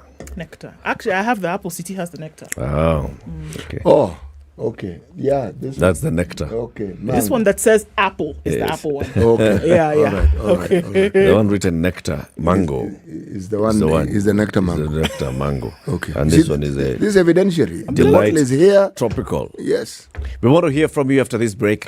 0719-012-600. So the message from Kamukunji yesterday. Yeah. You tell us. This is the Situation Room, the only way to start your day. The following takes place from 6 a.m. to 10 a.m. every weekday on SpiceFM. You tune into Kenya's biggest conversation. My name is Ramanyan. Amen. Amen. So 1 hour is over? Yeah. Oh, yeah. Okay. It gets over Can you imagine in 20 minutes. What the big boys have also done? I'm very proud of myself. When you understand about partnership in politics, it's like the way marriage is these days. When you're looking for a wife, you're like, maybe you can help me pay for fees as I pay for the rent. Why should you have a lioness living in your bedroom? I have to tell you a story. I went for a prayer meeting, which was called for the spouses of candidates for senators and governors. And when I got to the gate, the lady who was the secretary, she refused to. She's telling me, no. Leo tunataka wa mama. Leo ni wa mama. I'm telling her, no. She said, no, sio siku yenu. And I thought, there's a problem here, because if it was a man, but this was a lady. It will be called First Ladies until you change the name. The Situation. Mchezaji bora duniani anayetarajiwa mwaka huu, Mkenya. Mwimbaji bora anayetarajiwa, mfanyikazi bora wa benki duniani, Mkenya. mwelekezi bora wa sinema anayetarajiwa, Mkenya, rais wa taifa anayetarajiwa, mwanasoka bora, mwanariadha bora, daktari bora, rubani bora anayetarajiwa. Nani anayeelekeza script bora? Umepata, Mkenya. Lakini hili linawezekana vipi? Ni rahisi. Hebu fikiria, iwapo Wakenya hawangekuwa na wasiwasi kuhusu bills za hospitali. Hii leo kikwazo kikuu kutofaulu ni huduma za afya, kwa sababu pesa ambazo zingetumika kufuata ndoto zako hutumika kununua dawa. Lakini ukiwa na universal healthcare kutoka NHIF kwa shilingi 500 pekee kila mwezi, Wakenya wote wanaweza kumudu huduma za afya. Hili litaanza ikiwa wewe mwenye uwezo wa kulipa utaanza kulipa, ili familia yako na Wakenya ambao ndoto zao zimekwama waanze kuota tena. Mkenya mmoja maarufu alisema, all dreams are valid. Hii ni kweli. Ikiwa hujajisajili kama memba wa NHIF, tembelea kituo cha NHIF ama huduma center yote nchini. Bonyeza *155# kujisajili au download My NHIF app kwa Google Play na Apple Store. UHC NHIF Super Cover. Sasa sote tuko sawa. UHC Super Cover na NHIF.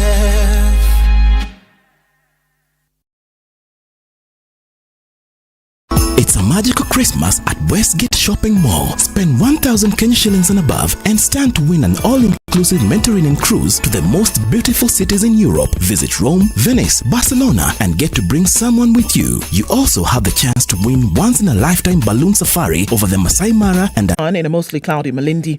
Partly sunny conditions at 23 in Kisumu, highs of 30 and lows of 14 in Kakamega. It's mostly cloudy at 24 in Kampala and it will go to highs of 26 and we'll see highs of 31 in Dar es Salaam. 21 and sunny in Johannesburg with highs of 29, and it's hazy in Lagos at 25 going to highs of 33.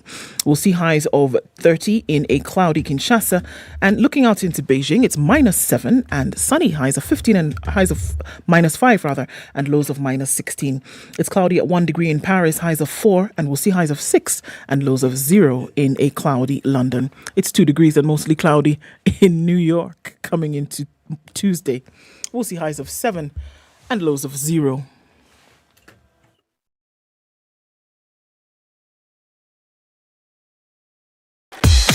Welcome to Spice FM, the best exclusive radio station bringing you the best mix of the best music ever. All right, we're looking at... what are we looking at now? Some traffic in the middle of the city.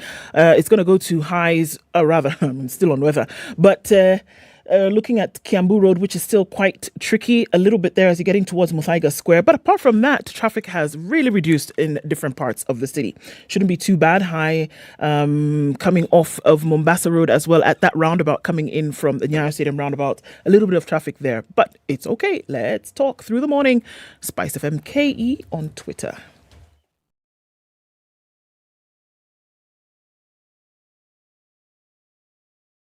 Mature, intelligent talk every morning. Done right. 94.4 Spice FM, Nairobi. To 600. Your reaction to yesterday's meeting at Kamukunji grounds, where the leadership of Azimio said, we do not recognize this administration, and they spelled out fresh demands. They say we have new evidence that says actually Raila won this election, so these guys who are in office illegitimately. And he's asking, who's the audience of this conversation? And if we want to hear that. Ali in Mombasa, good morning. Good morning, a lady and 2 gentlemen. Good morning. Good morning, Ali. Happy New Year. Happy New Year to you, Ali. We're talking of winning the election, having evidence, denying that it was not won properly, and all this sort of thing.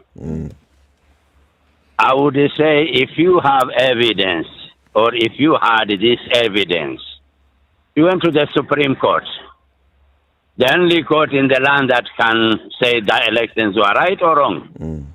You didn't present those things over there. Now, when everything is settled down, you are bringing us another problem. because I don't know who is going to solve that problem. Is it me? Is it the court? Is it the president? Or is it the person who is alleging that his elections were stolen? Nobody knows. Secondly, he mentioned at Kamukunji that these taxes, me as a Mwananchi should not pay for the Kenya Power and Lighting. Very unfortunately. Yep. Bills for taxation are being prepared in the parliament. Yep. And then the president signed them for the taxation or a tax demand called Kenya Revenue Authority to collect them.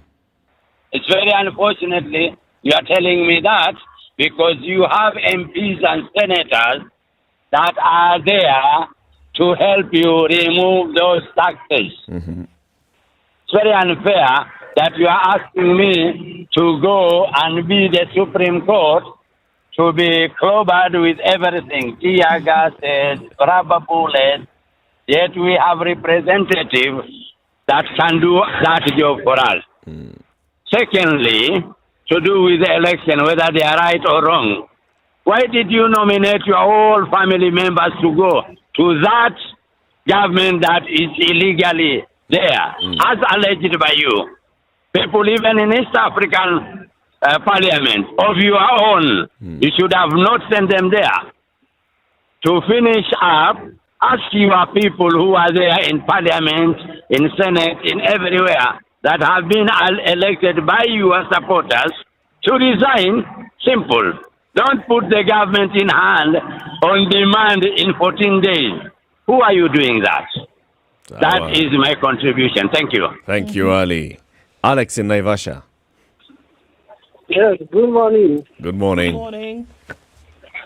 I'm happy to hear you again. We're happy to hear you too. Thank you so much. So, my thinking about yesterday's rally is quite conflicted between so many theories that I would like to put out here. So, number one is that somebody said that he who pays the piper calls the tune. Yeah. So I see this as the audience that was at Kamukunji was there for symbolic purposes. That we have the people, we demand this and that, but those people are not the ones who are calling for these changes and reforms. Somebody somewhere is pulling the strings, and most probably because we were told, and he told us before, that they had the deep state. So it could be the deep state is now becoming antagonistic because the man in power is not of their own. Most probably a lot of things will be turned around, and that is not what they expect going forward. And they know very well that once they don't have the hand in the government of the day, their interests will not be looked after. Number two, you can also see the language that is being put out there. Because how come the other day we were told that Raila told his people to go and welcome the president and sharing some love as he commissioned some development in Nyanza region. So what changed overnight, all of a sudden, is now that he does not recognize the government. And yet, the other day, he had said, when the president comes, welcome him. Now you are saying you don't recognize the government. So how and what has changed all of a sudden overnight? Whistleblower. Again, the whistleblower who is unmasked. You keep on telling us you have a whistleblower. Thank you, Alex. Thank you. Yeah, thank you so much. We have two Dennises on the line. Dennis in Embu, good morning. Good morning, the awesome three. Good morning to you. Dennis. Oh, my name is Dennis from Embu. Yeah. Now, okay, the story about whatever was happening yesterday, I can consider that as whatever judges of the Supreme Court called hot air. Just some few political leaders who want to achieve some political mileage, so they have to bring so many people on board and hold such rallies which are relevant. Yes, for instance, if you can take a case of Jeremiah Kioni, the Jubilee, his fellow Jubilee members were in State House with Ruto, and he's there shouting. You see, now it doesn't make any sense. So it's just some side shows to achieve some political milestone. Yep, that's my deliberation. Thank you, Dennis. Have a good day. You too. Enjoy Embu. Dennis in Nairobi. Good morning. Yes, how are you? Very well. Yeah, I want to contribute to this discussion. You see, the biggest problem that we have in this country after election is the Supreme Court judgment. The 2 weeks is too little for this kind of a judgment. That's where the biggest problem is coming. Actually, that's why Baba is making noise. Now, what President Ruto must know, actually, I'm sorry to call him the president. What Ruto must know is that if Baba doesn't recognize him, then some of us, you won't recognize him. Yes, I won't recognize him, and I've seen how you have alluded it. And so what does that mean? So now, if let's say, Dennis, you don't recognize Ruto as president, what? If somebody comes today and steals my laptop, I'll go to the police station and report that matter. Yes. That police was not employed by Ruto. It's employed by the government of Kenya. And right now, the government of Kenya does not have a legitimate leader. But the government is still running and serving us. That's why we are paying taxes to the government. But it doesn't have a legitimate leader. The leader that is there illegitimately because the election was not legitimate. Are his actions illegitimate while in office? He's not. I really don't want to get into that, but my last point here. You see, in leadership, once you're a leader, you lead both those who are for you and those who are against you. The so-called president must embrace dialogue. But if they want to go to church every day and mention Raila more than they mention Jesus, we'll have no otherwise but also to start mentioning them. What is dialogue, Dennis? Dialogue, you call people on the table, you recognize their issues, tell them, yes, Baba, you are saying these are the election results, but here we are. How do we move forward? Yes, that is, it's simply like that. So handshake? Not really a handshake, but a dialogue, yes. Okay. We need a national conversation on our elections. And Eric, let me tell you, let us accept as Kenyans or as Africans that democracy is not working in Africa. It's not working. Let us look at our ways of getting our leaders. But democracy is not working. Because me, I have voted for the first time I voted in 2007. But since 2007 to 2022, my vote has never counted as far as I'm concerned. Nowhere. Even MCA, MP, governor, it has never counted. Those ones have counted. But unfortunately, the biggest prize in any election is always the presidency. And by counting, you mean that your person has not won? My person has never lost fairly. Okay. Yes. Sawa. Thank you, Dennis. Otherwise, you people have a good day and enjoy your... okay. You too, man. Thank you. Amani. Good morning, Eric. Good morning, CT. Good morning, Du. How are you guys? Fine, thanks. Fine. Happy New Year. Thank you. Same to you. Happy New Year. We celebrate, regardless of the political shenanigans. No, yes. Yes. Now, as far as I'm concerned, this is political dishonesty on behalf of Raila and his team. They are so losers. They can't accept the actual, very tangible and very real and very cogent judgment of the Supreme Court. We were all there to hear and see, and none of the evidence really reached the threshold of evidence. It was all suppositions. It was all claims, just as they're making a claim again, but there's no substance at all. Amani, are you aware you're repeating exactly what the Chief Justice read and said, and that is what is in dispute? Yes, exactly. That is exactly what Raila is all about. So long as Raila loses, Okay? He will never accept any judgment, even if we're able to go to the international court anywhere in the world and say, okay, fine, look at the supposed evidence from both sides, okay? If they don't rule in Raila's favor, he would still reject it. Are you suggesting that any comment that has been made by Azimio or any other coalition Raila was involved in the past when they contested the election results, that they had no grounds whatsoever to contest the election results? No, in 2007, I think there may have been some plausibility, but thereafter, it is very dubious.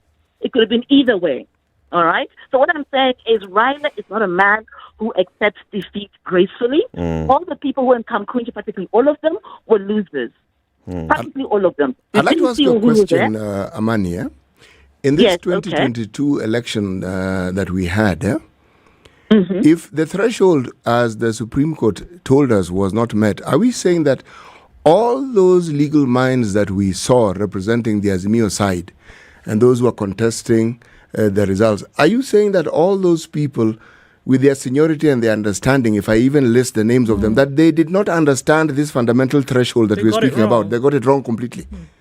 They got it totally wrong in terms of evidence, and I'll explain why.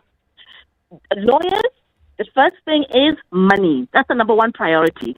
If you're willing to pay me big bucks, I will take you to court and talk all the nonsense I need to talk. I don't give a damn. Because you're paying me top dollar. Okay? That's the bottom line for any lawyer.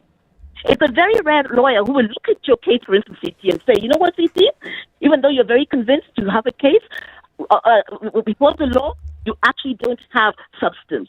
You have claims, you have innuendos, but you don't have substance before the law. They will, if you're willing to pay, they will go. Why would they not go? You're paying them top dollar. But are you aware that some of those lawyers actually openly stated that they had volunteered their services? Some did. I know the ones for the Kenya Kwanza did. They said, actually, we're charging nothing. I didn't hear those of Azimio saying the same thing. If they did, I missed that. All right? However, as I said, these lawyers actually, even if you're not a lawyer, reason alone will tell you they do not have cogent, which means arguments that are even plausible. I mean, imagine Murugo. Murugo started saying things were flying in the air in the cyberspace. They were changed there, and then they arrived at the Bomas with this changed information. However, he was not able to explain how then what left the polling stations and arrived at Bomas, which is a hard copy document, still had the same information. He wasn't able to explain that. It was just wild, crazy, great. I was looking at Mook and saying, surely, don't you have a sense of strength? Don't you want to protect your own honor? What do you make of yesterday's rally? What's at play? Yesterday's rally was just in really bad taste. It was political dishonesty. It's raising people's temperatures unnecessarily.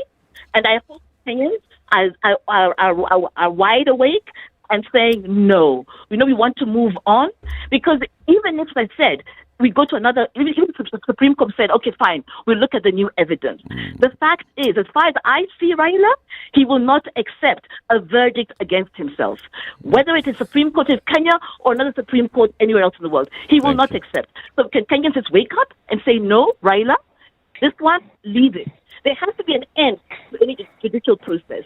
Thank you, Amani. Okay. Thank you, guys. Good Have day. a blessed day. Bye. Bye-bye. George in Kisumu. Good morning, guys over there. Good morning. George over there. Wow, we thank God for the day. Let me make contribution. I can say time is not on my side. Yes. Getting straight to your question. First of all, allow me to say that the margin within which the Kenya Kwanza and the Azimio party actually left each other was almost negligible. It was 200,000. Yeah, that means Raila and his team, they almost got half of what half of the votes that were cast. Okay. So he has the majority.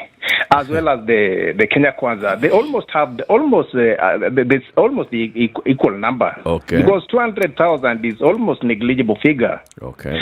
Now that means Raila has the number. So we cannot actually underrate him. Then there is this Supreme Court ruling. You see, when the Supreme Court ruling was made, Raila and his team, they were not satisfied. And of course, they made it clear that they were not satisfied with the ruling. So it is not that yesterday's meeting or rally is when Raila claimed that. It is something that he actually put clearly after the ruling. He has been trying and he has been putting it in public domain. George, do you support Raila's assertion that he does not recognize the president and the government? Definitely, he does not support. And you see, it's high time, I suggest it's high time we should bring these politics in syllabus, in our schools.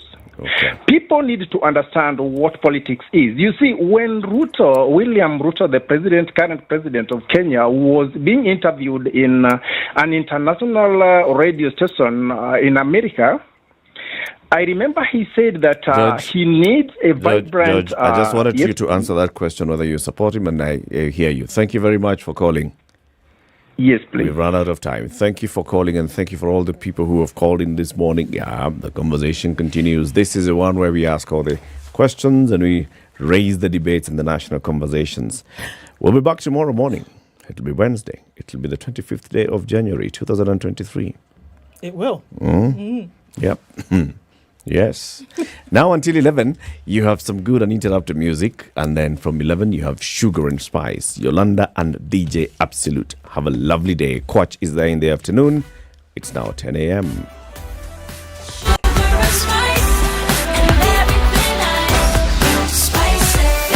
Spice up your life.